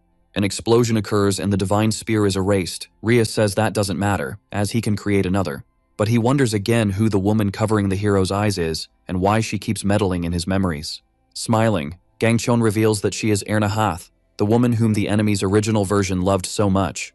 We return to see Yu, who, drawing his sword, asks Mumu to open the portal, as he needs to enter the fight. Rias stares at the woman and asks how he loved her. The hero then says that his original self admired and respected the elf, but one day betrayed everything and everyone and killed her with his own hands. Memories flood the mind of the white-haired being, who begins to wonder what he was trying to achieve in the past. The leader of the Red Hall takes the opportunity and states that, in the end, he is nothing but a useless plague that needs to disappear. Realizing he is trapped, Rios asks how the boy can still control so much mana, but he says he is not using any mana, as the eternal dream domain feeds on its own dreams. It is revealed that Beck has spent his entire life without sleeping, accumulating dreams full of hope and nightmares steeped in fear, all for the moment he needed to unleash his ultimate ability. The enemy receives the fatal blow directly, and the entire environment is covered by a strong and bright light. After seeing the crystal flying, the hero tells Erna that it is time for him to wake up, since no dream lasts forever. Doha appears and prevents his friend from falling to the ground, then asking him to stop with this tragic hero talk. Smiling, Gangxian says he can't even die in peace. The crystal shatters, and Rias awakens in a laboratory with a scientist saying that nothing else matters, only the judgment that must be brought upon humans. The Elementalista asks how the enemy is still alive after that blow, but his ally says that the fight was never fair. With several spears pointed at the duo, the white-haired being prepares to deliver his final blow. It is at this moment that Jihan appears and asks if the heroes don't think they are trying too hard. With Sylph by his side, he unleashes the Aura Cutter attack, which destroys all the divine spears. Smiling, Rias says he has waited a long time for that moment. The two stare at each other for a few seconds, and the white-haired being asserts that as soon as he has the wind elemental, he will surpass his original self. When asked, Sylph says that after her contract with Erna ended, her memories from that time were fragmented, but the Rias she knew did not emanate that type of mana. Our boy concludes that he cannot let his guard down for a second, and, using his ability, discovers that the outcome of the battle is uncertain. Yoon asks how the young man got there, and Mumu says he let everyone pass, because he couldn't just stand by watching him in danger. Yuri approaches and says he is there to join the battle. Upon hearing Rias's name, Sihu asks if he is the one who killed his mother. Surprised, Bayek states that they were very naive to think they could hide the truth from her. But still, the elf needs to know that the one there is just a clone created by the IUPC. The enemy creates another divine spear of judgment. A little further away, the Prota feels chills and wonders if the mana crystal is the source of the creature's power. Sylph urges the young man not to let himself be hit by the spear in any way. Yu feels relieved to have an elemental manipulation that works from a distance, but suddenly, Ryus appears in front of him and strikes. Dodging, the Prota decides he will use all his strength, then launching the Aura Blade attack. The blow makes the enemy wish he had Sylph even more. Astonished, Doha asks when Yu got so strong. While Gangchun says the blow was strong, but not enough, our boy discovers this when Ryus regenerates before his eyes, showing that the fight is not over yet. He then concludes that it will be necessary to destroy the mana crystal. Charging forward, the white-haired being orders the young man to give him his power. Also running, the Prota says that if he wants it, he can just come and get it. Both meet in the center and start exchanging blows, until the Azaciano takes a punch right in the face and discovers that the young man has some tricks up his sleeve. Yu realizes he will be at a disadvantage if the battle drags on. Meanwhile, Sylph tries to gather enough mana to deliver another blow. When this happens, the Wind Blade comes into action, but it ends up being blocked by Ryus's hands, who simply absorbs the power and prepares to use it, which leaves our boy in complete shock. He asks Sylph what just happened, but she says she doesn't know either and that somehow the enemy transformed the elemental manipulation into mana. All happy, the white-haired being charges at the young man, asking him to give up the rest of his power. When attacked, Jihan realizes that the creature has become stronger and faster. Ryus manages to put his hand on the sword and starts trying to repeat the trick, but ends up being kicked away. Smiling, he says the young man looks a bit more tired than before. Our boy tells him to shut up, charging at him again. Down below, the heroes watch the flash of light and the girls decide they will give support to the protagonist, but Doha says that if they interfere, they will only get in the way. Not caring, Yuri says that in the Epic Guild, they handle things their own way. Beck states that the young women are not wrong for wanting to help and that they still have something they can do. In the midst of the exchange of blows, the Azaciano says he will dominate the wind elemental before the fight ends. Sylph says she is ready and once again our boy delivers the Aura Blade attack. However, after a strong flash, Ryus shows that he is immortal. The fairy says he keeps draining the mana, which is why the attack doesn't work. The Prota then says he will stop using elemental manipulation, because the more power he uses, the stronger his opponent becomes. The enemy notices that the wind manipulation surrounding the young man has vanished, and decides to take advantage of it to put an end to the fight. Yu activates his ability to test a theory involving not being the only one accessing the data provided. For this, he will share everything with Sylph, as he is connected to her through essence. Ryus approaches close enough and strikes, but the protagonist manages to stop him with his hands, as he knew how the attack would be executed. Furious, the white-haired being says he will silence him forever. However, he ends up being hit by the sword and decides to step back to better understand what is happening. Approaching, Jihan asks where he thinks he is going. When hit once more, the enemy says it's as if the young man can predict his movements and asks what the hell changed in just a few seconds to make him fight like that. The protagonist says it's hard to explain, so he will just say he saw a glimpse of the future where he couldn't defeat him. Restoring his limbs, the white-haired being asserts that there is no future where he loses, then activating the Divine Spear ability. Sylph warns her ally to be careful, as the spear destroys everything it touches, except elemental manipulation. Charging forward, the protagonist says that in that case, he just has to avoid being hit by the weapon. Ryus delivers several strikes, but the hero manages to dodge them all in advance. When he gets close enough to the enemy, he asks if he doesn't get a prize for what he just did. Nervous, the creature wonders how it is being outmatched by such common attacks. The protagonist prepares to deliver the final blow, but suddenly his processing speed begins to drop, showing that the use of the ability is reaching its limit. The enemy manages to grab the sword with his mouth and states that the fight ends there. However, he ends up being hit by Sihu and Min's attacks. Furious, he starts heading towards the duo, but Bike appears and says that the creature won't lay a finger on the girls, since both are part of the next generation of heroes. Showing that it's not over yet, Doha appears and launches an attack, knowing it wouldn't work, just to give Jihan the chance to act. Ryus realizes he won't be able to absorb the manipulation of the wind and, when hit, starts to crumble, while asking how he lost to a mere human. Putting away the sword, Yu says it was exactly for that reason he was defeated. The space created by the Azizian begins to collapse. Our boy understands that it's truly over. The elf rushes in and hugs him, relieved to see him intact. The young man hugs her back and says he would never leave her alone. Yoon shows happiness at the presence of the trio. The young women say the protagonist needs to treat his wounds, but he says it's not over yet, since they still need to extract information from Ryus before total disintegration. The Earth Elementalist approaches and asks what the Paradise Project is and what the IUPC's goal is. In silence, the white-haired being stares at Sihu, who looks very much like her mother, and asks who she is.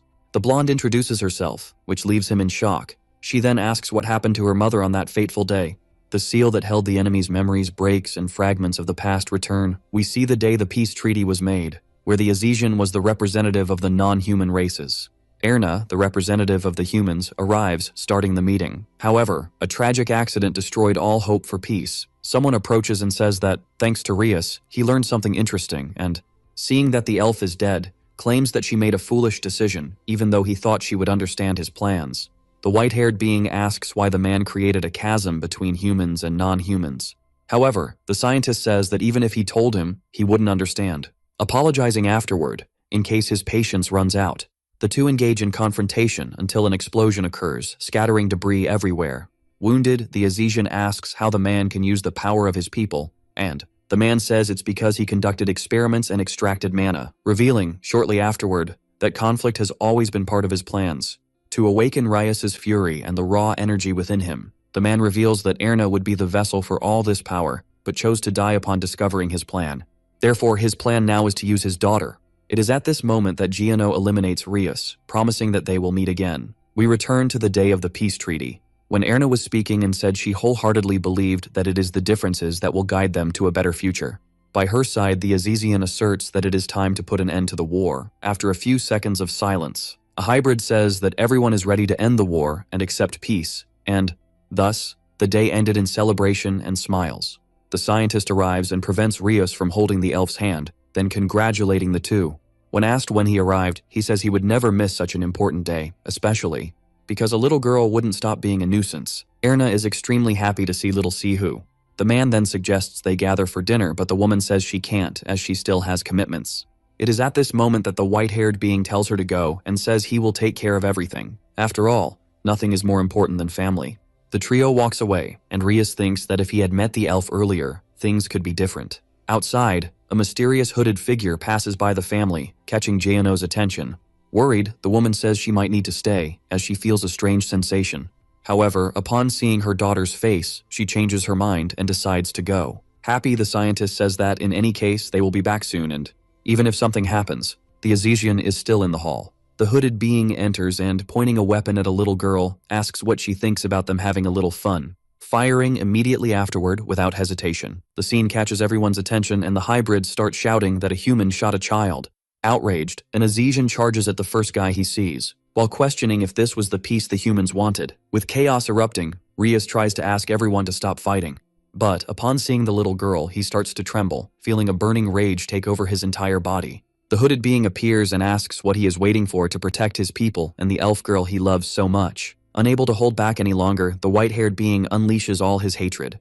When night falls, Erna returns to the hall, but finds Rias surrounded by bodies, and it was then that the war between Azedia and humanity became inevitable, and in the end, the elf was murdered.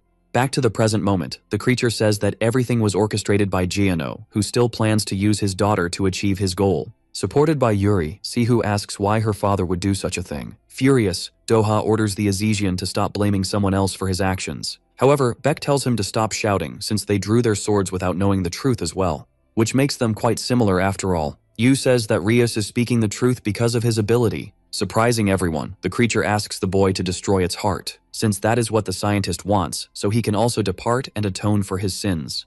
Our boy looks at everyone in the room and says he will do what he was asked. However, just as he was about to plunge his sword into the target, chains appear and stop him. Sylph says that this is a very powerful spell. More chains appear and bind all the heroes. A rift opens, and a guy with tied hair says it is a pleasure to meet Jihan, but that now it is time for him to leave. Everyone is kidnapped, leaving only Rias, who is in shock upon realizing that the move has already been made. The elf's father appears and takes the item he needs, then stating that he almost made the same mistake as years ago, and that he finds it impressive that the Azesian broke the seal that held his memories. But to his surprise, the creature's heart begins to disappear. Baik appears and says that this was not the real one. Irritated, the scientist says it is pointless for him to resist, especially since the rest of the team is already at the IUPC base. The hero says that in fact, underestimating the best dimensional mage still alive is a big mistake, showing that in fact his allies have already left with the heart some time ago. In the middle of the journey, Yoon warns that he will go back to get Gangcheon. Disagreeing, the Prota tells him to control himself, so the hero's sacrifice is not in vain, especially since they still have a mission to fulfill. In thought, he prays that his prediction is wrong this time. On the battlefield, the scientist says that the hero is indeed very skilled. Therefore, he should know what awaits him, since if he uses more power, death is certain. Showing a vial with liquid mana crystal, he asks the boy to join his group. Bayek says he has no interest in living in a world controlled by someone like Jaehono. The man then asks the young man to think about how things would be if his power could rewrite even the mistakes of the past. Being bold, the hero asks if he really intends to use his own daughter. Confirming, the scientist says that his deceased wife and his daughter possess royalty in their DNA. Therefore, he will only wait for both to understand his reasons. Launching an attack, Gangcheon says that the world he is trying to build is not the future that Erna believed in. Emerging from the smoke, the man says he respects the young man's choice, but he will take his life at that moment. Using dimensional cutting, the hero asserts that he is free to try. Thus, a flurry of blows begins. The young man realizes that Jaehono's power goes far beyond what a rank 3 hero should be capable of and concludes that he will not be able to win, which means there is only one option left. Attacking again, the man says that this is not the best time to get lost in thoughts. With his dimensional barrier destroyed, the hero tries to dodge the next blow, but ends up being hit from behind. The researcher states that the young man wasted his life for nothing. However, he realizes he cannot move his arm. Smiling, Gangcheon asks if he forgot what his powers are. We discover that the supreme ability of spatial magic is called a black hole, as it causes a collapse of space and time. Thus, while the young man consumed his own existence, the hole created pulled everything into the dark void. Determined to sacrifice himself, the hero says that it is within the sphere that they both will be reduced to nothing. After a mega explosion, all that remains is the scientist's glasses. Reynard appears and says he did not expect that, revealing next that he intervened and saved Jaehono just in time. When asked about the heart, he says that the team should retrieve the item at any moment and that there is nothing the man needs to worry about. For this time, even the president himself is participating in the chase. Jihan's group arrives in the city and finds everything completely destroyed. The young women wonder what happened, while Doha says that the situation is even worse than last time, then asking how long the protagonist intends to carry the heart instead of destroying it. The young man then says that, to do that, certain conditions must be met. We return to the past when Bayek entered the sample space and said that only he could hear him, revealing next that he has seen another user with that type of power before. As there is no time, the hero goes straight to the point and says that the enemies are coming along with a high-level spatial sorcerer. The protagonist asks if it is not a good time to destroy everyone at once. However, Gangcheon says that, at this moment, they are at a disadvantage, so the focus should be on protecting Sihu. While he buys time, we see that the hero knows that the worst could happen, but he is willing to do Erna's will. Yu promises that he will complete the mission so that everyone comes out alive. Back in the present moment, he remembers that there is something he needs to do before anything else and, calling for Sihu, he states that he will defeat her father to protect her. For that is the reason he became a wind elementalist, but he needs to know what her decision is. The young woman says that she still cannot believe her father did those things. However, she cannot just stand still, watching the world her mother built collapse. Amid tears, the elf asks for help to stop the tragedy her father started. On his knees, our boy says he will do whatever the guild master commands no matter what happens. Watching the scene, Doha remembers that he always thought it was he and his allies who needed to end the war. But the young people did not step back and took their swords to correct this nightmare, which means that what needs to be passed on to the next generation is not guilt, but rather the baton of opportunity. In the midst of the cute moment, Chilla starts shouting, showing that something is wrong. Yoon asks whoever it is to identify themselves. With hands up, Park shows relief at seeing everyone alive. When questioned, the man says he knows it is strange that he is still alive, and explains that he managed to use the speed artifact, Temporis, to escape Rias's spatial magic. Furious, the hero asks why he fled alone, but the man asserts that it was the best move, since someone needed to warn the others about what was happening. The protagonist approaches and tells the two to stop fighting, as there are more important things to do. Surprised, the man asks if the heart in the boy's hand means that the Azesian has been defeated, then asking the boy to hand over the item so he can deliver it to the government. Pointing a knife, our boy questions how the man knows about the heart, since there's no way someone who fled the battle could know about it.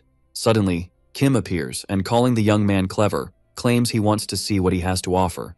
An explosion occurs due to the impact of the hero's sword attack, which, upon realizing Jihan has escaped, says that indeed becoming a wind elementalist was not just talk. Our boy looks at his allies to see how they are and notices that Mumu has protected them. Yoon then asks him to focus on the traitors. The leader of Kuroi's asks why the red-haired guy ignored the no-combat orders, and he replies that he only joined because the situation got complicated, also wanting to test his new powers. The Prota asks how the man got the mana crystal. Explaining, Hyuntae says that while they were fighting Rias, the IUPC launched a large-scale attack in Korea, resulting in the hero's defeat and the breaking of the land's protection. When questioned, the ex-hero says he chose to side with the stronger one, since he would never become rank 1, just as the young man once said. But now, with the blessing, his limits have been surpassed.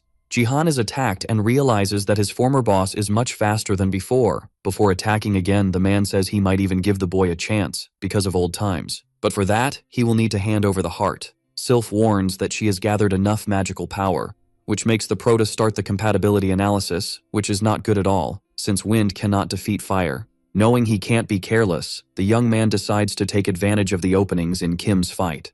After a few more blows, the enemy warns that the fight ends there. However, Yu says that he hasn't changed at all and remains the same impatient as always, showing that the goal has always been to create a path for Doha to attack. With the strike, another explosion occurs. Worried, Park concludes that he needs to get the heart before Isaac arrives. The red-haired guy reappears and claims that the Earth Elementalist is below his expectations, then asking what happens if he kills the only rank 1 hero left. Seeing that his ally was attacked, our boy becomes concerned. But Doha shows that he is fine, despite the damage suffered. Thinking, he wonders if all that power is coming only from the mana crystal. Knowing that a 2-on-1 fight would be foolish, Hyuntae warns that he will call his friends. The other guild members appear, completely transformed. But what catches the Prota off guard is Mia's attack. They stare at each other for a few seconds until Yuri shoots an arrow, forcing the heroine to step away from the boy. Jihan thanks her for the help, since if it weren't for the arrow, he would have killed the girl with his own hands. We see that both she and the others are not fighting of their own will. Discovering this only increases the Prota's anger, who asks why Kim is doing this to his own companions. Laughing, the man says that how he uses the group members is up to the leader. That's why he turned them into loyal puppets, which means the young man will have to kill his former comrades if he wants to survive. Junho charges for the attack, but is stopped by Chilla. Min then says she will handle the situation while our boy takes care of the idiot redhead. To the girl's surprise, a barrier of lightning stops her arrows, and she discovers, upon being hit, that there is a mage in play. Sihu appears and says she will take care of Siyun. A burst of light occurs, and we see that the short-haired girl saved her friend from the worst. Watching everything, Park calls Kim an idiot, as he had said the plan was to avoid a fight at all costs. While thinking that maybe he has no other choice but to switch sides again, Doha creates a stone barrier and says they have a lot to discuss. With the artifact in hand, the Kiro's master says the hero is a pain in the ass.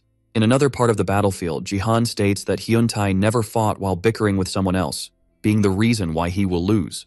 The man asks if the boy has ever imagined the worst possible scenario and, upon hearing that he hasn't, says he will make sure he sees it with his own eyes. Then starting yet another exchange of blows.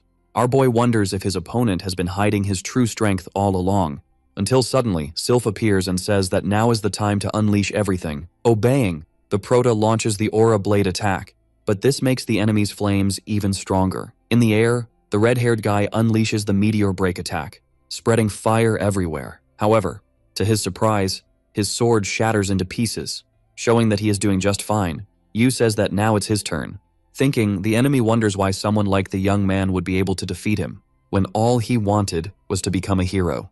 We go back to the past, when Kim was a teenager fighting monsters. Tired, he realizes there are more creatures than he expected, and, to make matters worse, some can use paralytic poison. Suddenly the monsters fly at the boy who awaits his end, until a voice tells him not to lower his head. It's his father, Kim Hyunsik, master of the Inferno Guild. When asked about the other group members, the red-haired boy says that by now, they must all be dead.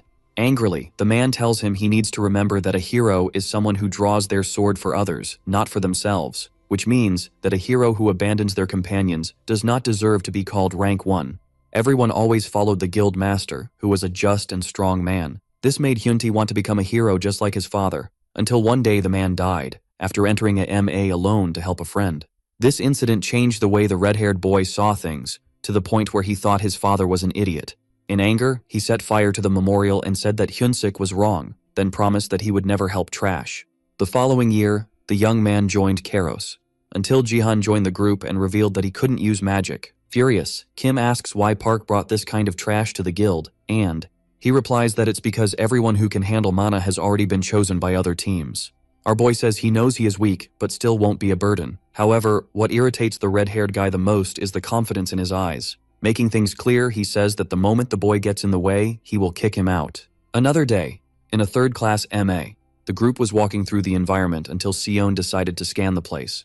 The orders were for Jihan to stay behind, but suddenly several enemies appear and Kim realizes he is cornered. Snakes grab the hero's leg, who closes his eyes waiting for death. But, to his surprise, the prota saves him and, turning around, asks if he is okay, just like his father used to do. It was on that day that the red-haired boy realized he could never become a rank 1 hero. We return to the present, where Yu, after finishing his attack, leaves the man with one arm less. Before falling, Hyuntae asks why people like the young man so much. A little way off, Lee Mia is dodging attacks from Sihu and Yuri, who are starting to find it too difficult to subdue someone without causing damage. The tamer fires her blizzard arrow, causing an explosion of ice. However, to her surprise, the heroine was not hit. When everything seemed lost, the young woman appears to regain control and, scared, asks why she is fighting. Shaking all over, Seun feels relieved to finally be free, just like Junho. Seeing that things went wrong, Park uses the artifact, but is stopped by Doha, who says that the power of the object is indeed incredible. Mumu appears and states that defeat is inevitable, so it's better for the man to surrender. On the ground, Kim starts laughing at his situation, and says that in the end, the one who defeated him is someone who is following the same path as his father. Amidst his lamentations, the hero reveals that he was afraid to admit that Jihan has something he doesn't. Our boy then asks if the man remembers the day of his expulsion, then affirming that he lied when he said he could never become a rank 1 hero, because deep down, he knew that the hero was stronger than anyone else, just didn't know how to fight and trust someone at the same time, which ended up diverting him from his own path. Extending his hand, he says it's not too late to start over. The red-haired guy remembers the things his father said and, finally understanding, accepts the help. However, Jerry appears and says that it's very annoying this human tendency to always seek redemption. That's why, from that moment on, she would spice things up. Kim lets go of Yu's hand and asks him to stay alive. The protagonist screams upon seeing the man being massacred. Mockingly, the Azesian says she missed someone as kind as the young man, while he glares at her, completely consumed by hatred. Before disappearing, the hero apologizes for everything he did. Not caring, the girl says she already warned about what happens to those who lose in battle. Furious, the protagonist says that soon it will be her who will lose. His expression makes the enemy even more excited. The young man charges, but Jerry uses his ability to hide his presence. She just didn't know she was fighting someone capable of reading the opponent's movements. Our boy delivers a blow and hits the young woman squarely, showing he is much stronger. Getting straight to the point, he asks what Jano intends to do with Rias's heart. Laughing, the Azesian asks if the young man is talking about the item in her hands. Yu is confused about how she stole the heart, but suddenly, an explosion occurs. Sylph moves her contractor for protection and asks if he knows the guy who just arrived. We see that it is Psi-013. Also appearing is Minsu, stating that enhanced humans can be easily replicated. That's why the young man doesn't need to be confused. Then he reveals that, thanks to the elf's father, it was possible to show Korea 85 masterpieces, which Jihan will have the chance to fight. Even knowing he can handle everyone alone, the protagonist shows concern for Sihu and Min, who are surrounded by the creatures, while the elf laments knowing her father is responsible for all this. The tamer thinks about how it is possible to heal her sister through the mana cores. Suddenly, the enemies advance on the duo, but Junho and Chilla step forward, along with Lee Mia and Siyun. The mage asks why they can't just run, but is reprimanded by her friend, who throws her while ordering her to use her lightning magic. Our boy is happy to see his old allies doing well, unlike Lim, who orders the creatures to kill the young man. Activating his power, the protagonist delivers several blows, showing he is no longer the weakling he once was. Looking at the scientist, he says that soon he will catch him. Suddenly, a portal opens, and Isaac appears, excited to arrive at the first paradise.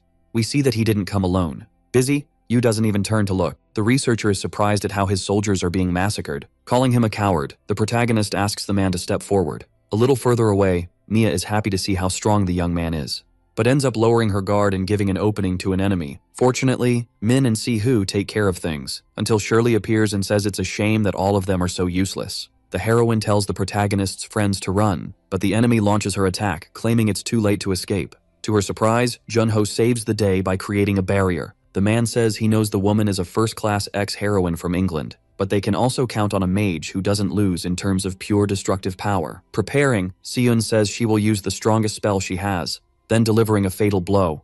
Not caring, the enemy also launches an attack and says she wants to see if the mage can block her power. The redhead realizes her magic is being absorbed and, when an explosion occurs, the tanker screams. But Doha shows he saved the girl and doesn't like noisy people at all. Shirley says she is surprised to see the hero alive and asks if he is there to die with his friends.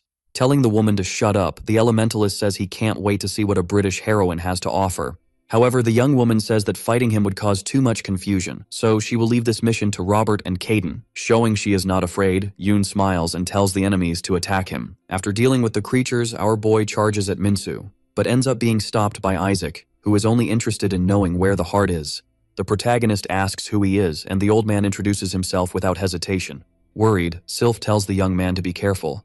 The warning makes him dodge the blow just in time, leaving the president quite impressed. Thinking, our boy concludes that the man simply crushed space with high-density mana and asks himself how many mana crystals he has absorbed. The fairy says she also can't see any data, which makes the situation even more dangerous. Lim appears and, on his knees, says it's an honor to meet Isaac. He then states that the heart is in Jerry's possession and that now they just need to eliminate the interferences. When called, the Azesian appears and hands over the item. In the air, Jihan says it won't be that easy, but the enemy, besides dodging the attack, also appears behind him, calling him arrogant. Then he begins to absorb the power of the heart. Everyone stops to look, impressed by the scene, including the executives. They seem excited to witness the awakening of the transcendent. No longer needing glasses, the ruler of paradise displays his new form and, smiling, says that the feeling of being a perfect being is even better than he imagined. Jihan rushes in, about to deliver an attack, but he ends up being hit and sent back to the ground. Sylph tries to talk to the young man while he feels his consciousness fading. Suddenly, Erna appears and says his role is not over yet. All-powerful, Isaac begins to laugh uncontrollably. However, to his surprise, his body starts to grow and deform. Giano steps out of the portal and says that the power of an Azesian is not something that can simply be absorbed and controlled. A suitable vessel is necessary to contain it. Frightened, the president calls the researcher his friend and says he needs to explain how he can return to normal. Placing his hand on the heart, the elf's father states he will do what was asked and that it's time for the man to return to dust. Shouting, the enemy says he thought they were friends, while recalling the first time he met Giano. Laughing, the researcher says he never considered him a friend, and when Isaac completely disappears, he turns around, looking for Sihu, who will serve as the vessel. Jihan asks if he would be content to adopt a child. Then he strikes with his sword while stating that the man will have to deal with him first. The scientist manages to defend himself and counterattack, and after a few blows he says it's impressive how the young man doesn't hesitate to move, as if he had all the answers from the beginning, which means the young man has some ability he is unaware of. Our boy kicks the man away and asks what his goal is with all of this. Approaching again, Giano says his goal is evolution, because after everything that happened 30 years ago, there is no guarantee that such irrational events won't continue happening, and to face them, it's necessary to transcend limits. Irritated, the Proto tells him to stop speaking pretty words and just say what his true objective is. Laughing, the researcher says he will share his plan only with the young man. Thus, he reveals that when it all began, all he could see were burning bodies. But then, a being far beyond human, with extraordinary beauty, appeared, leaving him enchanted. However, since that day, he has never found that creature again and now needs to discover the limits of humanity, along with the path to reach them, because his goal is to recreate that being with his own hands. Seeing that the young man looks confused, the man reveals that, besides the monsters, magical books from other worlds also came through the portals, and, after several experiments, he realized that the portal leads to that mysterious being. But for that, it's necessary for two opposing forces to achieve balance within a body. Yu states he has no desire to meet that being. Appealing, the researcher says the young man must have felt the fleeting helplessness that comes from living as a human. Thus, he would like to offer a chance to lead paradise as a transcendent by his side and alongside his daughter. Sihu appears and attacks her father. Then she states that the man is trash. Smiling, the researcher says she is a very disappointing child. Our boy asks if the elf is okay. She replies that she is, as she understands that this person is not her father, but rather a monster. The man says he doesn't want to hurt her, so all she needs to do is accept becoming the vessel. Furious, the young woman launches an attack using 6 magical arrows, which are stopped by the enemy. The Proto arrives from the side but is also halted, while receiving thanks for having protected the blonde girl during this time. Hearing that his role is over, Jihan says it's not quite like that, since he made a promise to Sihu to change the irrational world that the researcher created. The man realizes that the young man has been gathering mana all this time. Without hesitation, the Proto delivers the Aura Blade strike, causing an explosion of light. When everything returns to normal, only a crater remains on the ground. Landing, our boy conducts an analysis and discovers there is no chance of survival. Approaching, the elf asks if it's over, he says yes and that the researcher probably died. Suddenly, a voice says she wanted to become someone's necessary existence, but nothing remains, which makes them one. Meanwhile, the Prota tries to talk to Sylph, but the elemental remains silent. He decides to join the others, but when he looks to the side, he realizes something is wrong with Sihu. Someone appears and says the boy doesn't need to be so surprised. After all, the girl's purpose was always to awaken as a coding. Reynolds steps out of a portal from nowhere and, noticing the confusion in Yu's eyes, says he was waiting beyond the dimensions for the moment he would let his guard down. The mage reveals he knows about the ability and states that, for now, the young man will have to come with him. To the space of multiple dimensions, with the Prota out of the way, Yahello resurfaces behind his daughter and, without hesitation, places Rias's heart in her, stating he is very proud of her. The elf's eye lights up, and smiling, the mysterious being says she is happy they have become one. Jihan wonders where he is, until the mage appears and says he prepared that place for him. Apologizing afterward for the somewhat disordered summoning, the Prota strikes and orders the man to send him back. Holding the sword, Reynolds says the young man can no longer prevent the transcendence from happening. So, it's better to calm down and listen to him. After all, he also carries Erna's will. Out of nowhere, Bayek appears and asks the Prota to lower the sword, as no one there is an enemy. Our boy uses his ability to confirm if he is really in front of the hero, who says he is hurt for not being recognized right away. The samurai mage explains that the man was there all along, and that's why the young man couldn't detect him. Helping with the explanation, Gangchun states that, indeed, he should have died after using the black hole. But suddenly, the mage appeared and prevented him from leaving. Confused, the Prota asks who the samurai really is. Ready to tell his story, the mage says that for the last 30 years, he has been the successor of Erna's testament, and that his goal is basically to thwart Jaehono's plan. But for that, it was necessary to invoke the transcendent. In the real world, the researcher is happy to see that his plan worked. The mysterious being says that of all the bodies it acquired, this is by far the second most perfect. Asking next if it was the man who helped her. Shouting, the elf's father says yes, and that he needs to know why he was chosen that fateful day. If it was because he is special, different from other humans. Breaking the mood, the creature questions who the man is, stating next that mortals are so fragile that they always attribute meaning to any brief encounter with great power. After hearing he was just another one, the researcher laments all his sacrifices. The mysterious being hugs him and says that now he doesn't need to worry anymore, as he will indeed become someone special, but as part of her, which will make him unforgettable. In another dimension, Reynolds continues the explanation and says that Erna planned everything 30 years ago. We discover that the Transcendent's name is Eater, and that he is responsible for bringing the planet Azizia to ruin. In addition to having opened the gates years ago, all to absorb the ability that Jihan possesses. Jaehono simply disintegrates and the new enemy shows herself ready to go after our boy. To make one more meal, however, to her surprise, the boy is nowhere to be found, which means there are still people willing to hinder her by following Erna's plans. Determined, the creature says that in that case, she will have to make the young man appear. She fires an attack into the sky, causing a portal to open, from where creatures appear looking down. The scene frightens both the remaining heroes and villains. Minsu asks what the hell that giant monster is, and Jerry says the creature was not born on Earth, revealing next that her name is Arconavella, known as the calamity that descended from the skies during the fall of Azizia, which makes her feel more alive than ever. The creature targets Yuri, who, by a hair's breadth, is saved by Doha.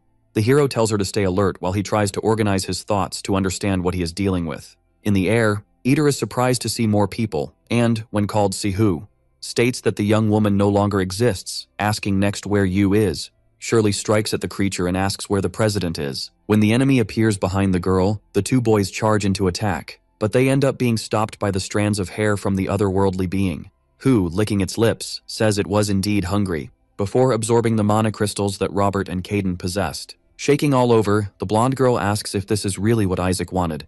Yoon appears from the side and ends up being captured by one of the giant monsters. Seeing that he will take a hit, the elementalist wonders if this is his end.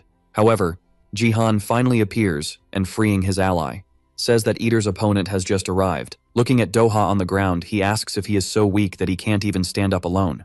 Accepting the help to get up, the man says waiting for the boy almost drove him mad. Approaching, the enemy says she didn't expect him to show up just to save a few mortals. But since the young man is here, it's time to hand over his eyes. Our boy explains to his ally what they are dealing with and asserts that he didn't bring only bad news, for during his absence, things happened. Impatient, The creature orders its servants to grab the boy and he asks how long Bayek will remain standing by watching. In the air, the hero says he doesn't like to be rushed, then activating his power and hitting the giant squarely. Yoon screams for his friend to move, for the enemies are about to counterattack. The hero manages to defend himself and, smiling, says it's time for Reynold to act. Emerging from a portal, the mage says the boy is better at using people than he imagined. The creatures are swallowed by the samurai's dimensional magic, which leaves Eater surprised. Our boy decides to attack using his aura blade. However, to his misfortune, the enemy breaks his sword with one hand while claiming she has never lost a fight and that he doesn't understand the true power he carries in his eyes, a power that has been his from the beginning. Jihan says he won't let her take anything from him, initiating the attack called Life Drain, which takes him into the creature's inner world. We go back to the past when the mage explained that the only way to defeat Eater was by using the sampling ability. Thus, before the enemy fully regains her power, the boy must extract Sihu. Inside the other dimension, our boy manages to find his unconscious friend.